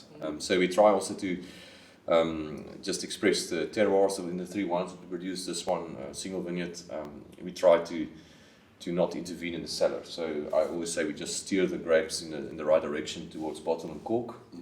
But vineyard is everything. We spend a lot of time in vineyard. So philosophically, what does that mean for you in terms of what is the right way for Upper Hemel-en-Aarde Pinot? Does that, I mean, how flexible are you on oak usage and extraction and whole bunch and all that sort of stuff? Yeah, so I think the most important aspect is the time of picking, because that can have a big influence on everything that you do further along the road. We don't add anything to the wines. We try not to use any enzymes. We do native ferments, but if we have higher alcohols that comes along with longer hang times and waiting too long, you will get more extraction of wood components and so forth.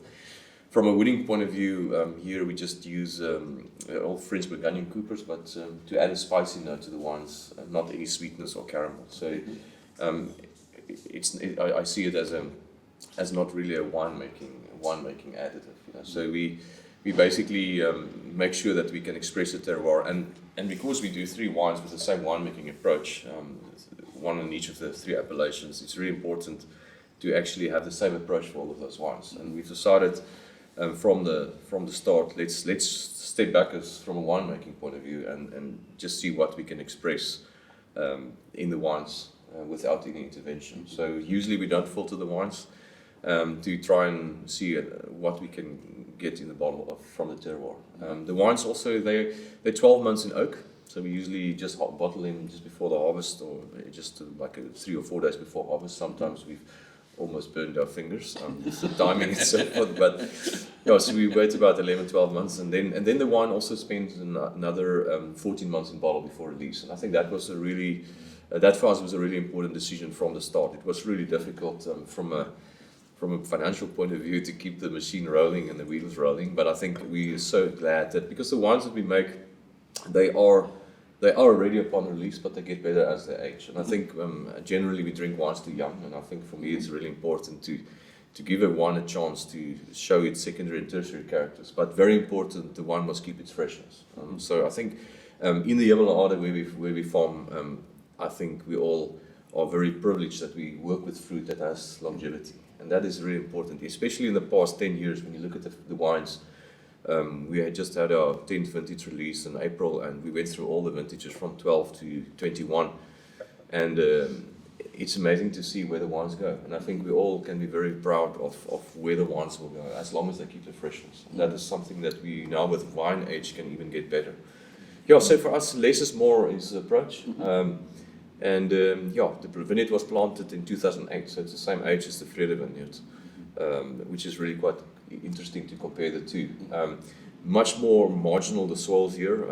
What makes it more marginal? Well, it can dry out very quickly. Okay. So Less clay. Less clay. Okay. Vrede, we almost have portions of high 40s percentage of clays, but here we're between 20 and 25% clay. So there were some vintages that I literally had to make a redecision at 5 o'clock in the afternoon to harvest the next day due to windy conditions. Wind dries it out dramatically, and then you can walk in 2 days in the vineyard and you can see a whole vineyard full of raisins. You know, so you have to really know what you do there. Very marginal soils. We're quite lucky that the 2.4 hectare planting was it consists of all the Dijon clones, so 4 of them. So we vinify them, each of them separately, and then the bottom portion of the vineyard also has different mesoclimate compared to the portion closer to the tar road. So that makes it quite interesting for us to vinify it. And I always say, we've spoken previously now regarding the different mesoclimate soil differences. This vineyard is quite interesting. I always call it my Chateau Neuf de Pop vineyard because it has these round river stones and cobbles on the top swell, which is quite interesting. That doesn't feel like a compliment for yeah. So just from a visual aspect, it's really quite interesting. Not the wine, just the vineyard. Yeah, no, we're talking about the visual aspect of the soils. Yeah, you have these round cobblestones in the top swell. Obviously, all the granite on the bottom because it's so close to the river, so it must have flowed there a few million years ago. But it's really interesting, beautiful vineyard site, planted north-south direction, perpendicular on the Babylon Tour mountain, and luckily quite buffered against disease because of the aeration, and baboons don't get there too often.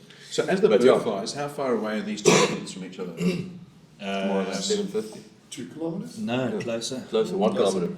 Kilometer. Yeah. One. I mean, they're 1 kilometer. very different wines in Yeah. glass as well. Yeah, and I think Yours has a real power and presence to it, and whiteness. It's really perfumed, very pretty. I mean, much more transparent as well. I think if we look at our 21 vintage, the 21 vintage for us, looking at Craig's wines, more robust, a bit more base notes. Our wines are maybe more built around the treble. More the perfume, nervousness, and all that. So it's very interesting, and I think that's what makes the Upper Hemel-en-Aarde so interesting and diverse, that we have such a lot of mesoclimates. I mean, this vineyard is 1 kilometer from Craig, and I'm 99% sure our winemaking approach and viticultural process are mostly the same. So it's basically just a few minor differences, but I think we can actually swap positions there. I think we should do it next year. Maybe you can come to my place and we can. Sounds like a great idea. You just want my new cellar floors. It's called the Ignus. My press works easier than these.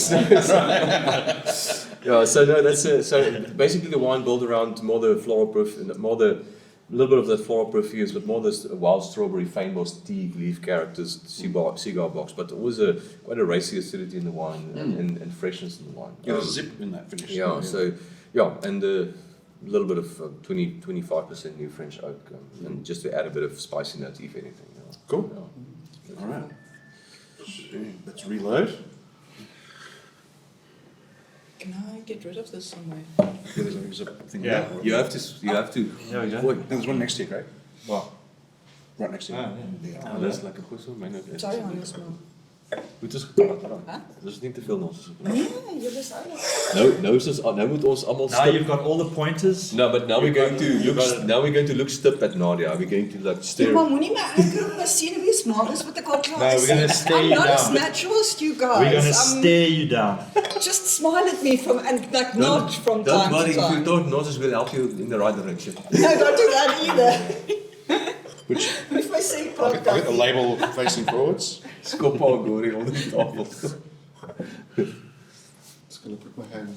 I'm going to poke you a couple of times as well. That's fine. Can we do a few takes of this? You can do as many as you like. We've only got that much wine to drink though, so won't you? No, we've got plenty of wine. I think we'll be okay. Okay, Nadia, we have your new wine in front of us with its very minimalist label currently. Yes, we'll get there. We'll get there. So what's in our glasses? This is 2022 vintage, so a bit different. The first two was 2021. And this vineyard is south facing at about 280 meters above sea level. So it's on the other, essentially, I don't live there, so on the other side of the river. Yes. Yeah. Yes. On the Babylon looking towards mountains. Newton Johnson winery. If you can. So you can see this vineyard from Newton Johnson. Yes, you can. Yeah. Landing. What's it called? Patio. What do you call it? Yeah. Stoop. Yeah. Veranda. Veranda. You have a much better view of it from my house. Okay, there you go. Yeah. Okay, so then I've got a very good view of Craig's house. Yeah. I just still need something that I can spy on. It is a small valley, isn't it? You don't want to see us. You don't want to see our house either. Because we live. This isn't Never the first time mind. you've been this close. Moving on. Because Very friendly. Our home is also just above this vineyard. Okay. So we live there, and like Craig is saying, it's different when you've got a vineyard where you live. It's almost part of your daily life. Yes. You walk in it every It's a day. garden rather than a vineyard, yeah. Exactly. Yeah. Exactly. So it's a 12% slope. And then, as I've mentioned before, quite a lot of clay in the topsoil. I looked at it this week. It's 18% of clay in the topsoil before it hits this more solid clay at about between 50 and 80 centimeters. And so by way of comparison, that's what is a more normal Upper Hemel-en-Aarde vineyard in terms of percentage of clay? Well, like Craig has said, I think he's got about 20%, Okay. but we've even got, like in Windansea, that topsoil's not got a lot of clay. I mean, I'm thinking like 5 or 10% Okay. of clay in that topsoil before it hits the heavy clay at the bottom. And where was I? Oh, clones. This is mainly 777 cloned with a little bit of 115, so probably a split of about 80-20%. 80% 777 and 20% 115. And when Gordy and his family bought this farm in 2007, we had the whole farm to look at and to look at the soils and where we would like to plant. And this was the site that actually reminded us a bit of the soils from Sea Dragon. Okay, interesting. And we were super excited. We started planning. We got the best possible material, stockies to plant from Vitatech that we could at that time. And also decided on east-west row direction. This was back in 2008, so planted the same year as your Ignus vineyard. And it's quite interesting to see how the sun goes over those rows. There's hardly ever direct sun exposure on the bunches. I'm sure, Craig, you see similar in your vineyard. And it just translates into quite cool fruit. Some beautiful red berry fruit, but also get some kind of blueberry notes in here as well, and ample tannin, but very fine and but with that typical granite grip to the tannins. I think it shows the generosity of the 22 vintage, and really a beautiful one. Yeah. Bit of warmth that we had come later in January and in February as well. Very. And in the winery, what's your sort of MO? Yeah, we will pick on the day we pick the grapes will come back to the winery and we'll put it in the cooling room overnight. Are you doing analysis at picking, or is it taste, or a combination? Or? A combination of the two. Okay. We do analysis. I like to know what's going on. But and also when it comes to picking, we'll rather say why shouldn't we pick? Whereas in the winery, we'd rather say, why would we want to add something? Okay. So we also err on the side of rather a day too early than a day too late. Get it off early and then do nothing. And then the weekend is free also. It's like Craig say, Pinot can change like this. It dehydrates very quickly. Yes. And the last thing you want is just to have raisins in your ferment, because it just changed the whole fruit profile. And you lose freshness, and it just becomes a bit dead. So into the cooling room, and after that, sorting table and no pumping, straight into open top fermenters, where we will do punch down, natural ferment. It takes about 4 days for the fermentation to start kicking in, and in that time are you de-stemming everything, or? We, on this specific wine, on the Erkiesvlei, we did about 15% of whole punch. Okay. So we're quite careful. On some of the other wines, we will go a little bit more. It all depends on the tannin structure. And also it influences your pH quite a bit. Yes. And I don't like high pHs, especially on Pinot. So we're just careful to keep that balance. If a vineyard already has a bit of a higher pH, we'll hold back on the whole bunches. And also just to preserve some of the perfume. So after sorting directly into open top fermenters, natural ferment, and then once the fermentation peaks, we'll start doing 2 punch downs a day, And then as the fermentation tapers off, we'll go back to just 1 punch down a day. Spends on the skins about between 2 and 3 weeks before we'll then very lightly press, settle for a couple of days and barrel down. This is it's just under 30% of new oak, probably about 27-28% of new oak. And then spends... It's sucked out really nicely, isn't it? Yeah, there's enough no structure. real There's new enough structure and fruit there Yeah. to kind of absorb that oak. And we'll then rack after about 12 months, 11, 12 months. We'll rack, put the blend together, and then we'll actually put it back into bigger format, neutral 500 litre barrels for until after harvest, so for another 5-6 months. Why are you putting it back into oak rather than something a little bit more... Inert, like stainless steel. Yeah, you're looking for that more oxygen and... We are looking for Exchange. that little bit more élevage Okay. for it to develop a little bit more. The Chardonnay will also take it out of oak, but that we put into stainless steel. Give it more vinous character. Yeah, and also just for that redox potential to kind of settle again. Yeah, okay. And then bottling. This was bottled on the 1st or 2nd of June Okay. of 2023. So this has been some time in bottle, and I'm hoping to release it next year sometime. Cool, nice one. And the 23 you've made as well? From the same vineyard, or...? From the same vineyard, yes.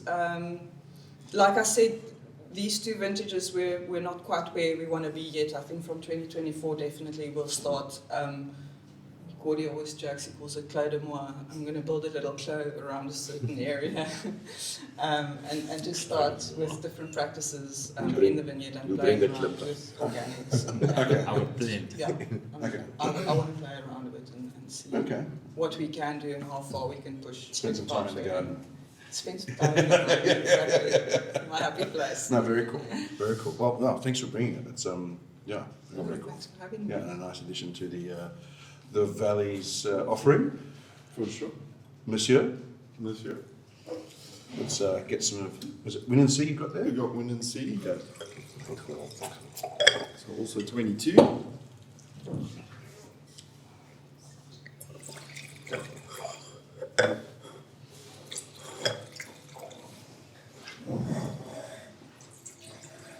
See?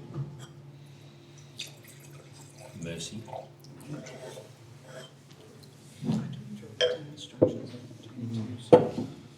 So it's quite an interesting juxtaposition between south-facing and north-facing now as well, with Nadia's wine. But yeah, Windansea and Sea Dragon are two single vineyards that we produce, and it's, you know, I think these two vineyards have been very much part of the process and the progress that we've made over the last 20 years. So when was the first time you bottled them and labelled them as single vineyards? What was the first vintage? We did it, I call them academical bottlings, but we did it from 2012 even. Oh, right, okay. All the way up to, and I think up to 2015, then we started to seriously think about doing separate commercial bottlings of these wines. Okay. And then So eventually- in the wild, what's the earliest vintage that I could buy? I think it's 2012. 12. Oh, you can buy them? Yeah. We skipped Oh, 2019. Used I to be think. nice. No, but you know what I mean, like in terms of... Yeah. Oh, that's cool. I didn't realise it was such a long program. Yeah, it's you know, as I said, it's all been part of the process. You know, our very first, you know, inkling of what Pinot would taste like on the farm was Sea Dragon. Mm-hmm. That was planted in 2003. And where is that relative to the... To this vineyard. To To the to this vineyard and the winery? Sort of explain, if you've been- explain to us where they are. If you've ever been to the winery, the vineyard Yeah. right in front of you is this one, is Windansea. Okay, So it's the highest vineyard that we have. It's at 300 meters. okay. And then you've basically got the tar road, the R320, the Yes. main road for the Hemel-en-Aarde, and just over that you've got Sea Dragon. Right, So you okay. can literally throw a stone from this vineyard into Sea Dragon. Okay, and then how, is Ignus quite close to here, or? This is about, let's say, northeast from there, about 500 meters. Oh, okay. Yeah, Yeah, so on also the- very close to Okay. Close, yeah. So it's, Johannes. Yeah. okay. Yeah. So it's you first, then Ignus, and then the Luke. is Yeah. it? Yeah. Okay. So, you know, when we first had Sea Dragon, we started to see that vivid, that purity of character that you find in the Upper Hemel-en-Aarde. And so that was the first spark. And later on when we did Windansea, was a lot different. I mean, the soil is different. As you go up the slope from Sea Dragon, the clay that's underneath these duplex soils gets a lot shallower. Okay. And the topsoil gets a lot poorer as well. It's quite white soil, quite rocky, stony soil. As you're heading up the mountain, basically, you're basically at the foot of the mountain before you hit bedrock. And with Windansea as a young vineyard, I mean, Nadia and I found it a little bit clumsy in the beginning because it was this clay that was so shallow underneath the topsoil. It had this very kind of clunky, chunky kind of fruit, a little bit rustic. And it's only after years that we found the wine really refined itself. Use of whole bunches as well, I think, have also just helped to give the wine some direction. Okay. But essentially, the differences between the two vineyards is what really took us off, trying to vinify according to clones. In the beginning, as I said, we were more conventional, or our ideology was a bit more conventional, more additives, trying to work with these new Dijon clones and trying to vinify them separately, going, we've got this clone and that clone. And Sea Dragon is one clone. Windansea is 3 clones, of which one of them is the same as Sea Dragon. And as soon as we saw those two cuvées, apart of Windansea's 113 and Sea Dragon, was like, wow, these are just worlds apart. Okay. So it was a terroir difference rather than a clonal difference. Yeah. So it's it was from that point that we said clones are inconsequential. We're not going to vinify them separately. We're rather going to look at site. And And when was that sort of realization, I think? Sure, quite early. I think 2013, 2014, Okay. somewhere around there. And when did you? Yeah. When were you guys start being in charge of the production side of things? What year did you?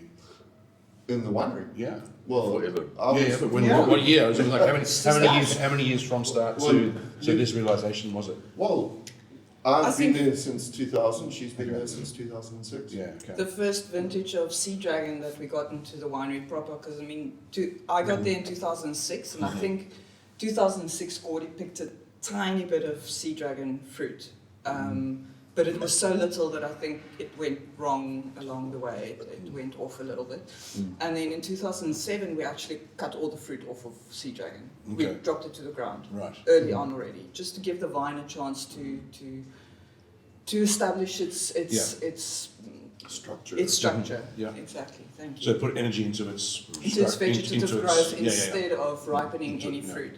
So 2008 was the first vintage that we got a proper ferment. I think it was 1.4 ton from Sea Dragon, or Block 6 we still called it at the time. And it was a bit of an aha moment. We were blown away. We, being used to making Pinot from algan fruit mainly. Gordy had more experience with Hemel-en-Aarde fruit. I mean, in 2004 I tasted the blocks. I think he had a little bit of Pinot in front of La Vierge, and then there was another vineyard that was now taken out, and we still joke nobody will ever plant Pinot there again. I think Johannes knows what we're talking about. Vegetable patch. Yeah. That's a recognizing deal.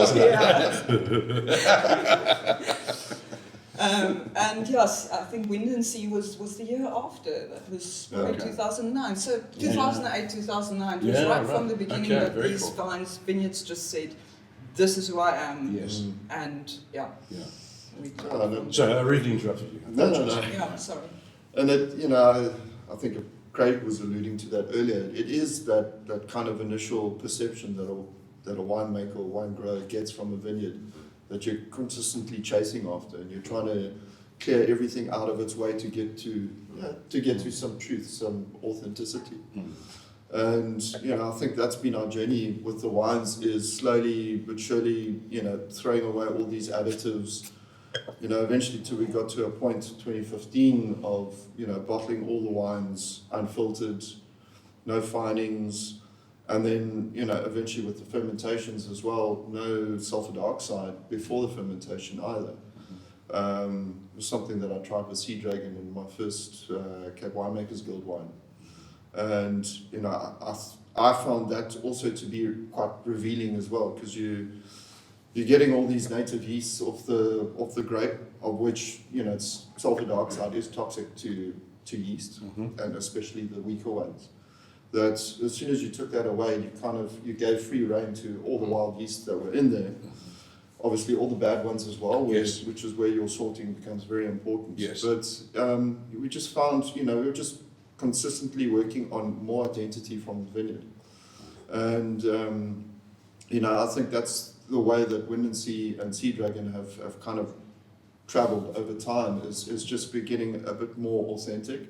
And then also, seeing that change from young vineyard into more mature vineyard, of that more, fruit-forward exuberance of a young vineyard, a bit more varietal kind of character, and then slowly it adapts, it mutates, it takes on where it's been planted, and you start to notice a few more, different edges to the wine, different characteristics. And, Windansea compared to Sea Dragon is the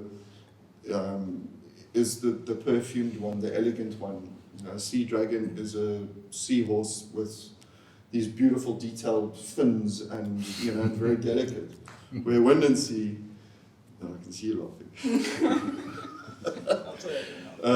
Where Windansea, this is a name that my brother chose, but Windansea, it's very simple. This vineyard has the best view of the sea, and it gets the win. I was going to ask you if the name is as simple as it sounds. Yeah. But knowing you, brother, that simple fits, doesn't it? Yeah. And the grapes are even. They are different to Sea Dragon. The skins are thicker, and it's not a material thing. It's not a clonal thing. It is from where it's been planted. Yeah. And is it that sort of like shallower topsoil? It just has more weight and. I think it's the clay, because even the clay is different to Sea Dragon. Okay. We've got lots of iron in our soils within the Hemel-en-Aarde, which gives the reddish color. But I tend to see clay. The redder it is, the more permeable it is. The more aerated it is, because the iron is now rusting. And with Windansea, it's a little bit lighter. It's a very, very dense clay. And the roots can get into it, but they don't go down as far as Sea Dragon. But it is clay that gives you more that chewier kind of tannin structure, the more savory kind of characteristics, the darker kind of fruit. So that's where it starts to differentiate itself from Sea Dragon.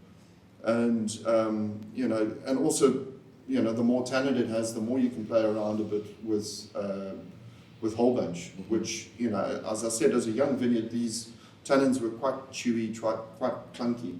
And the whole bunch, we found, just almost gave the wine, the palate, a line. Into the finish. Just brought it into order. And also into, warmer vintages, 2015, 16, 17, it also gives you just a little bit of that feeling of acidity as well, that sappiness, that can give you a bit more freshness and energy in a warmer vintage. So, yeah, and we, as regards wood, we work with two coopers that we've been working with for over 15 years now, that custom make for each vineyard, and we just work with them off tasting notes of trying to just customize the wood style to each vineyard. So, and what is that? How does that manifest itself? You send you send them what you're tasting in the wine, and they send back a... Well, when I started off with Stefan Chassin in the beginning, he was just send me a bottle, I'll taste it, because as the typical winemaker, I like this forest and that forest and this toasting and that toasting. And he just said, "You're not an expert, bro. Stand back." Send me the wine, I'll taste it, I'll make something for you, and we take it from there." Okay. And that's been the best way for us to work. And what do you send him? Do you send him a tank sample, or So I give him in words. Yeah. This is the style of the vineyard. this is what we tasted last year, maybe inch it a little bit this way, a little bit that way. And, you know, pretty much you're always 95% there with vintage variation and everything else. Yes. And just trying to accentuate what we find is the best of the wine and just making sure that the wood's going to marry with it. And yeah, I mean, like I said, with the whole progress that we've gone through being, you know, through doing natural fermentations, I think since 2007 was kind of the first step for us, to eventually doing no fining and no filtration, and then we started to see that the wine does need more development. We used to release the wines a lot earlier, straight after taking out of wood and blending, and we realized that, you know, the wines needed to be blended and go back into old wood. You do need those few months of élevage for the wine still to develop and to be able to rack it again, to be able to get it clean enough into bottle. But it's, you know, it's all about retaining the structure of the wine, the texture of the wine, and, you know, trying to promote longevity as well. You know, it depends on how you want to drink it, but I always find, you know, the sweet spot is between 3 and 8 years. Yeah. But I was if you going to want ask that, so yeah, thank you. Yeah. But if you want to take it to 15 years, it can definitely do it. Yeah. And I just want to, you know, consumers to have that option. Yeah, no, very cool. And would you agree with that? Sort of 3 to 8 years is the sort of the golden window. Obviously, wines can exist after that, but you need that first few years after. I think release for the definitely wine to settle in and become itself. I think definitely to capture the most of it, 5 years and onwards for me. You know? Yeah, okay. And then you. But as mentioned earlier, as long as you can retain the freshness, I mean, you have to have that freshness and the vibrancy, with then added to that secondary and tertiary characters. That makes Pinot Noir so interesting. Yeah. If you get that other aspects of the undergrowth, forest floor, mushroom characters with the freshness, that's just nothing better than that. Absolutely. No. Yeah. So yeah. Lucky enough to taste a few of the older. Yeah, so like, you know, Big step, 19's drinking well now. Yeah. But then again, I make wine quite reductively after fermentation. So I won't rack it out of barrel. It's on its lees the whole élevage time. So it's a more reductive process. So it needs a little bit longer in bottle before it really starts to open up. But it really gives it good longevity. Yeah. So it's just slight differences on that side. You know, I think I could open the wine up, be a little bit more accessible earlier, but I guess I just choose not to. Yeah. Very cool. I think from my side is just come and visit us in the valley. I think we Oh, your tasting room's open 9 to 5 Monday to Friday. yeah, so my Sundays as well. Yeah. We go see Craig in the morning and then you in the afternoon. Yeah. Ding dong. by appointment, by appointment anytime. Yeah, come and visit what we do, and it's always interesting. I think a lot of energy is going in there, so you're more than welcome, everybody, to come and visit us and hear our philosophy and taste the wines. Just call 2 months before. Cool. So, Craig, we'll start with you. Apart from the illustrious wines at the table and the producers here, what Pinot Noirs do you drink? What are your go-to wines, local and international? I'm probably a little bit biased. Locally, I'm a staunch fan of Hemel-en-Aarde. Nothing wrong with that. Let's assume you drink lots of Storm and you drink lots of Newton Johnson and you're going to drink lots of Nadia in the future. What other producers in the... So I think it really does vary on what I'm doing at the time. Yes. I know it's a bit of a caveat, but nevertheless. I'm quite a big fan of Seven Flags. Okay. Yeah. Yeah. I like what Andries does with that. It's quite classic in style. I really enjoy the wine. Paul Kluver, Elgin, yeah. Yeah, like I had a 17 not so long ago. Paul Kluver, Elgin, Andries Berger. Nice. So I enjoy that style. It's never overworked. It's always classic.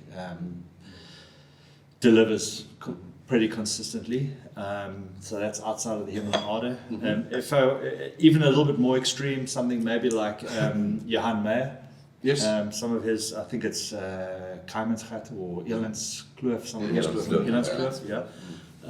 Enjoy those wines. I know he likes to chill the hell out of them. I like them slightly warmer than he served them. You like to taste them? Yeah, yeah. Always good. Yeah. But he lives in the Sutherland. It's like 32 degrees every day. You need to chill some stuff down. Yeah. Just no ice. Then I think. So Burgundy, you said you go there. Yeah, what's Burgundy. What's your go-tos there? It depends on the budget. Quite substantially. Just say Johannes is paying. Johannes is paying. Yeah, well, we'll stay in Von Romani then. But I think, again, it varies a bit. I like the Cotonui wines. They seem to be a little bit softer, more voluptuous, a little bit sweeter up there. Sometimes a little bit more tannic, if it's, say, Nuits Saint Georges. Quite a big fan of Fourier with those Chambertins and things like that. And then there's the classic guys, Roumier, Comte de Vougeot, Ligier Belair, but that's budget stuff. That's Hannes' buying. Dujac, big fan. Oh, really? Okay. Yeah. Etienne. De Monti. No. That's down. I'm going south shortly, Sorry. but There's a half an hour's time. Grivo. Etienne Grivo is doing some pretty smart stuff. I think his daughter's pretty much taking over there at the moment, but some really nice stuff. But I mean, those are big names. And newer guys. Is there anywhere outside newer Burgundy guys. But just sticking with Burgundy for the moment. I can give a guy like Thibaut Clergy a little punt. Hannes knows him as well. Down in Volnay-Pommard, doing some really good stuff. I recently tasted with the Bachelet brothers, mostly on the Chardonnays, but they're doing some pretty smart Pinots as well. So there's quite a lot of new stuff happening Burgundy side. So there's the old classics, but there's some younger guys doing some pretty interesting stuff. Outside of Burgundy, not a hell of a lot, to be honest. But, I mean, we don't see a lot of. We don't have access to a lot of New Zealand. Australia is quite rare to find here in Mornington. I'm quite a fan of the Mornington Peninsula. And then a little bit from California, some of the Sonoma stuff. There seems to be guys that are being a little bit more progressive, that are tightening things up in California. Rajpal and a couple of his cronies are doing some interesting things, I think. Rajpal is doing, from what I know anyway, non-Burgundian varietals on his own property at the moment, but I mean some of the earlier stuff, Sandy and things like that. I'd say 80% of the time I'm drinking South African Pinot, and of that, a large percentage of that still is Hemel-en-Aarde. Yes.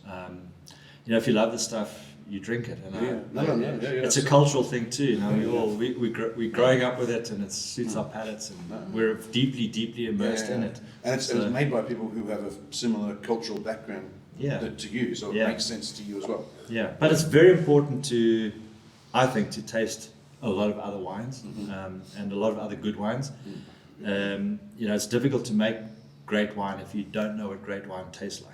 Almost impossible for someone to say. So it's really important to spend as much of your budget as you can on tasting good wines and visiting wineries and chatting to winemakers and sharing knowledge. So that's actually the side of it that I really enjoy. Is just getting in touch with other guys and sharing knowledge and sharing experiences. That's for me what wine really is about. Very cool. Johannes? Where can I start? It's going to stick. I think It's stuck already for me. It's never going to be Johannes again. We drink quite a lot of Pinot Noir, and for me the rule is, as long as it's classically styled, whether it's old world or new world, Can you define that for me? Or for everybody? It's just what wines. is classically styled mean? Classically styled wines are wines that's not overt fruity and not in your face fruitful. And it's built around texture Yes. and the longevity of the wines. And can it go the other way too far as well? Is there, Yes, is there probably. Yeah, then it will probably get very neutral. But I just avert fruitiness and too much in your face of fruit. Building around the fruit profile is not really something that with classically styled wines, we have a bit more acidity there, a bit more longevity. The wines take longer to evolve to show that secondary character. But as I mentioned 3 times now, they retain the freshness. I think that's important. Yeah, from a wine drinking point of view, I like we drink often Hemel-en-Aarde Pinot Noirs from all three wards. I kind of like some of the Elgin wines, and then maybe the Central Otago wines. I really like the Gippsland, Mornington Peninsula Pinot Noirs. I cannot afford them quite often, but I like to drink those wines. And then I'm very privileged that my brother is based in Santa Barbara County, making wines from the Santa Rita Hills and Santa Maria Valley. So I kind of know the producers in that area quite well, from Rajbar to Gannon Shannon. I like Litteray from Dead Lemon very much. I think that's one of the best producers in California. I drink my brother's wine quite often. He has the same winemaking approach as us, so I think that's quite a lucky thing to do. And then you've got it in with the producer, so you know, so we have a bit of an inside lane there, and SARS doesn't get their cut. Yeah, and then from a Burgundian point of view, I don't know where to start. There's too many good things, and it's well, just recent experience. It's a bit problematic in a way. Yeah. You know? Okay, well, maybe a different question. What was if you can think of it, what was the Burgundian Pinot that sort of like opened your eyes, or what was?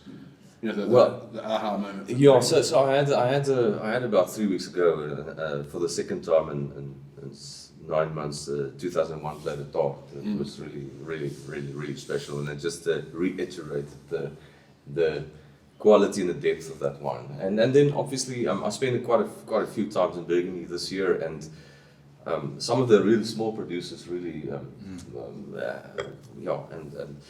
really made me very happy. And then the 2023 vintage, I think there were a few good examples in barrel that's looking good. Cool. And I think as long as the wine is, they've had some recent tough vintages as well. Yeah. I was there the vintage now, and it was really tough, especially because of heat and that. But I think the guys that did it in time did really well, and the wines will show beautifully. Luckily, there's also this year for the first time in a long time quantity with quality, and I think that is really exciting. But I'm sure they'll put their prices down to reflect. Yeah, I think so. Yeah. But Pinot Noir, we try to drink very broad and white. You know, that's important. Yeah. Cool. But we need to drink a lot of it. Awesome.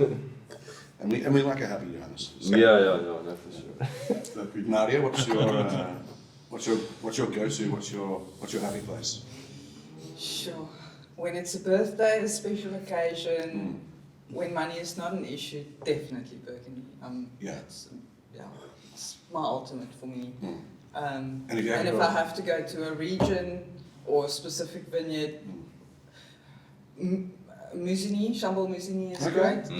Musigny I've probably only had once, maybe twice in my lifetime. But I'm a huge fan of Les Amoureux, which is a Premier Cru, but it's for me it blows my mind. I absolutely love it. It's got structure, it's got perfume, it's just, it's gorgeous. And then South African, I really struggle with drinking Bordeaux style reds, especially wines over 14.5%. No, it's about Pinot Noir only. Only Pinot Noir. Don't diss Bordeaux, we'll narrow I'm not dissing Bordeaux, this I'm table, just saying I struggle with them. Newsflash, Nadia Newton But she did say 14 Bordeaux style shit house. 14.5 is not okay. Out of Elgin, sure, that probably sounds a bit silly because we make it, but we had a bottle of James's Rock and Roller, which is the Shannon wines. The Shannon, yeah. Do many people know that you make that wine? It's not sort of widely publicised. It seems. Okay, so it seems like it is now. quiet. I had a bottle that I really enjoyed. And it was it the 2022 or the 2021 Rock and Roller? And it's a vineyard that was planted in 2000. So it's 2022. It was. I'm assuming very different soil profiles there from what you're... Yeah. Incidentally, we got our vine material for Sea Dragon directly from that That's vineyard right. Getting to Yeah. because we knew it was free from leaf rot. Yes. So Yeah. it's, I mean, the difference. I had between a those- very long conversation with James, as one does with James. He's just full of information. Encyclopedia of knowledge. Every answer he Farming. gives promotes 14 different questions, Yeah. and then we got into that, which was fascinating. Yeah. But So Yeah, you drink your own wines, and we you do our own drink wines and muesli. wines we make. No, I'm just joking. But really, that wine, the 2021, it's just. It was. I mean, the terroirs are so different, and the climate is different. Everything is different, but there was something hauntingly beautiful about that 113 clone on from that vineyard the other day that I really enjoyed. Cool. And I agree. I also enjoy the seven flags. From Andries. I think it was Copy. really classy. No, she's just looking for when it's open, it's a quick call. Just roll down the I'm expecting at least a case from Andries after this. yeah. It's a case each, I think, Andries. A bottle at least. No way. Swapsies. A case. And Gordy, what's your poison? Sure. Pinot In South poison. Africa, outside of the cooler climate regions, I mean, Johannes and I used to attend these Pinot Noir workshops at Hamilton Russell 25 years ago. Yeah. And that was just, the very beginnings of Pinot in the country. And I always loved the old Meerless Pinots, Yeah. Okay. which, also stood out quite different. It was that one wine out of, outside of Elgin, Hemel-en-Aarde, right on the bay, that kind of still had that elegance. Was that Fora vineyards then, or is it estate vineyards? No, it was a state vineyard, Was I it? think. Okay. Yeah. Would that also be planted on granite?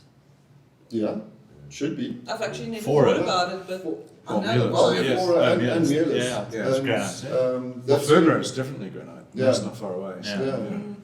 And that's when Georgia was still there as well. Okay. And still making Della the Chia. wines. Della Chia. What vintages are we talking about roughly there? Sort of mid-90s? Early Late Early 90s? noughties. Early 90s, okay. Yeah. From 95 onwards. Yeah, and He's a bit younger than I thought. So. and we once we got into the industry, that was really where the Dijon clones really came in and Yeah. started to make a difference. Yeah.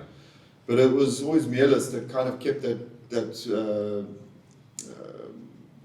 what is the old thing now? Okay. What's the old clone? BK5, the champagne plants. Yeah. When we still did kept, sorry, when did the Dijon clones Set. officially arrive? I think in the late 80s or mid 80s. Okay. But you Yeah. only really saw them have effect from the mid 90s. 90s. And they've been phased out at the Hemel-en-Aarde Valley area in Hamilton Russell only at 2001. So the ones from 2001 had none of them. That So that long. even 2001's 99, 98 had more percentages of that still in it. So it's not, if you look into that, it's basically 22 years now of proper Dijon clones, Yeah. and which is a fairly short period. Yeah. But it's interesting, just actually the quality of wines that was made of that BK5 Yeah. clone is actually quite phenomenal. Yeah, because there's a freshness in those wines, and quite a good acidity for champagne. Yes. So Yeah. and that preserved the wines. And obviously Made them from a long. warmer Yes. climate. Yeah. And And I think a lot of the Stellenbosch producers, even the Meerless guys, I mean, it was really, it was ones that at that stage stood out. Yeah. Still was something special bringing to But them. what was it about those Meerless wines that sort of was it the acidity? I think or? it was different to what I thought Stellenbosch could produce. I think Meerless is an exception because it was right on the false bay, Yeah, it makes and I think you that still got the elegance out of it, But yeah, I mean, I've got a little bit of fondness for those old wines with BK5 clones, the old Hamilton Russells, the old Bouchards. Yeah. They get a bit tea leafed and a bit tertiary, but there's still some lovely charm in them. There's a nice sort of sense of South Africanness in those Yeah, wines. yeah. Like it's almost in, but you see them in old Cabernet wines and Stellenbosch. The place gets in there somehow. Yeah. You can smell something hauntingly old or Or just haunting. just outside of South Africa, still love New Zealand, but Martinborough still remains my Okay. favourite area. Yeah, right. Even Okay. above So, You know, it's. I had some old Martinborough vineyards back in the day as well, some 96s. No, actually a bit further back. Beautiful wines, and I found the Targa kind of went through a stage where it was just too much fruit, and the alcohols were a bit high, the wines were a bit hot. Yeah. They were impressive, but there was It's high octane, yeah. I kind of still find myself going back to Martinborough, and I guess there is a thread with South African Pinots as well between the two that I like. Between Yes. Martinborough. Right, okay. Yeah. You sort A of- bit of a savoury character. Yeah, okay. I was Mornington, Tassie, some lovely Tassie wines as well. Macedon Ranges. I love Bindi's wines as well, off granite. Yeah, Vinny's, yeah, it's very special. Out of North America, Storm. You know, Auburn Klima I've loved for years. Yeah, okay. And it's just because he stuck to his guns and he avoided becoming too Californian in his winemaking. He just always had lovely balance in his wine. not to the old world also. Burgundy, funny enough, same as Nadia, I love Chambord. I love the Burgundies that tend to show you the power of what Pinot can do, but in a light way. And that's the most impressive thing that Pinot does for me. Yeah. Is not have colour, not have massive structure, but still be so powerful. Yeah, there's the effortless power. Complexity. Yeah. without- And yeah, you know, you kind of Yeah, see. complexity without weight, yeah. Yeah, I mean, and they're right next to each other, but you know, comparing the Von Romane to the Chambord is always such a good comparison. But you know, if you're drinking on a budget, Burgundy, Volnay, I love Volnay as well. Great one. I think it's great. Is Volnay now seen as good value? Yeah. Okay. Yeah. That's news to me. I don't know about that. 3 grand. Maybe Yeah. Haute Courtiers. Volnay. Lovely wines, but But yeah, I mean, Michel Lafarge, I'll talk about them Yeah. endlessly because it's just such a huge fan. generational name, you know, and that's what, and that to me is winemaking in a way, is just you're part of the story. And you've got to carry it on for that story to continue and to improve and to progress. And just all that knowledge that's, you know, transferred from Yeah. one generation to the next. It's something we don't have. And you mentioned it quite a lot. You being first generation and us being such a young wine growing region, we don't have that knowledge. Yeah, the intimate that's- knowledge that they have over That's why we go generations. hang out with those guys. Exactly, and we go learn from Just them. sponge a bit of knowledge. Well, that's an interesting point. I mean, I want to ask you how much knowledge you can grab from those guys in a very different place. I think it's more about the philosophy. Okay. Yeah. I think it's more about the philosophy, Expand. just the intimate knowledge that they have of individual plants in a vineyard or an area in a vineyard. And Whether- what so certain, you- yes, what sorry. certain conditions Yes. would translate Yeah. into the wine. And it Yeah. won't be the same in South Exactly. Africa, but it's a rule you could maybe Yeah. apply. Yeah. in So a certain- so it's the approach rather than the implementation that you're. Yeah, I think there are a lot of differences, and you cannot emulate everything 100% to what they do. The climates and everything is But different. you Like can't just just do the- copy and paste, can you? Yeah, no, No, you can't do that. absolutely. But I think just the approach and the meticulous way that they care to the land and the the soil. way of thinking. But I on think- that note, we're there a month ago. What I found was that chatting to some of the producers at tastings, they were very, very interested in the way we were Yeah, farming. for sure. Yeah. Burgundy, in my opinion, isn't being farmed as well as on a whole as we think it is. There are some producers doing exceptional stuff, but there's a lot of stuff that isn't being done really well. And I think that just listening to them and looking at how they were attentive to the discussions on the way that some of the stuff's being farmed this side. It was a very open two-way discussion where they were also willing to learn more about sure. how things some producers were farming in South Africa.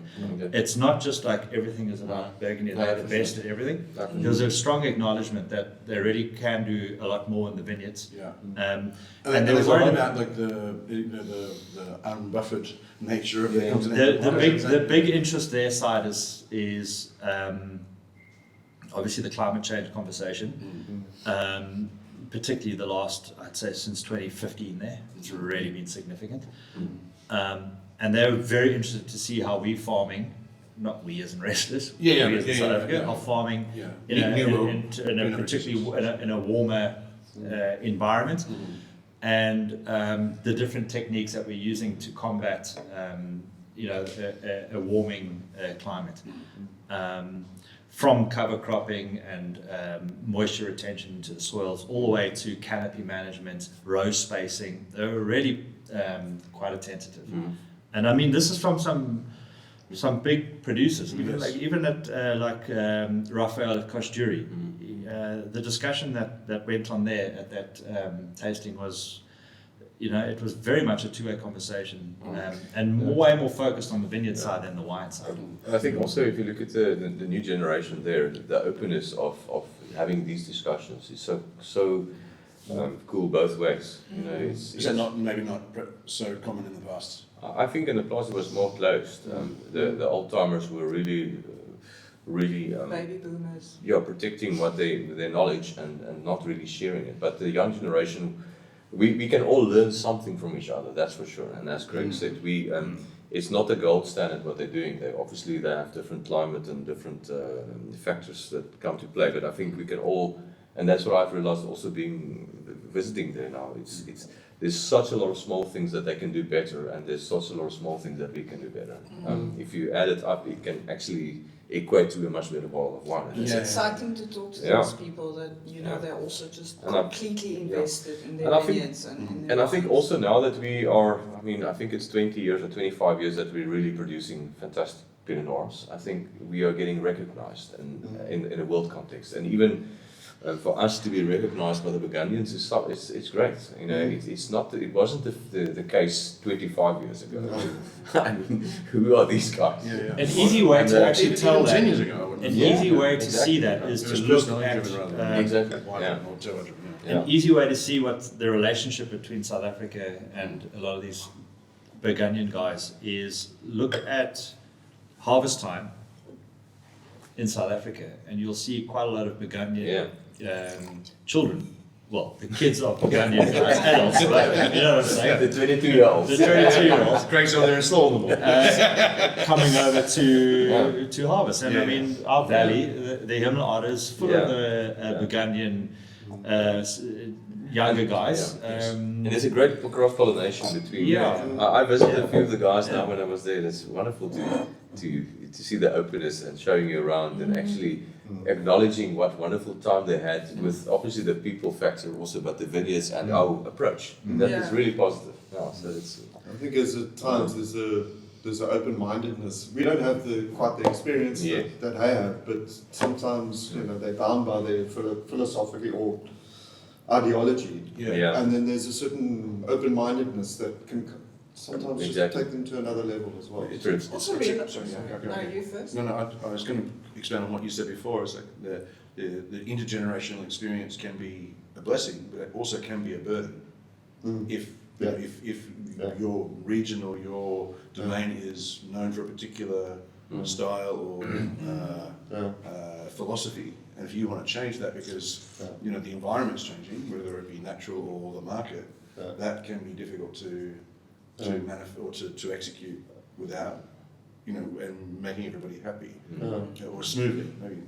So you, as much as South Africa doesn't have the history, you do have the freedom of experimentation, almost guilt-free. I mean, you're playing Cabernet in the Hemel-en-Aarde Valley. I mean, there's no one in Burgundy thinking about playing Cabernet, I would have thought. No, but Mark Heisman has planted Syrah. Yeah.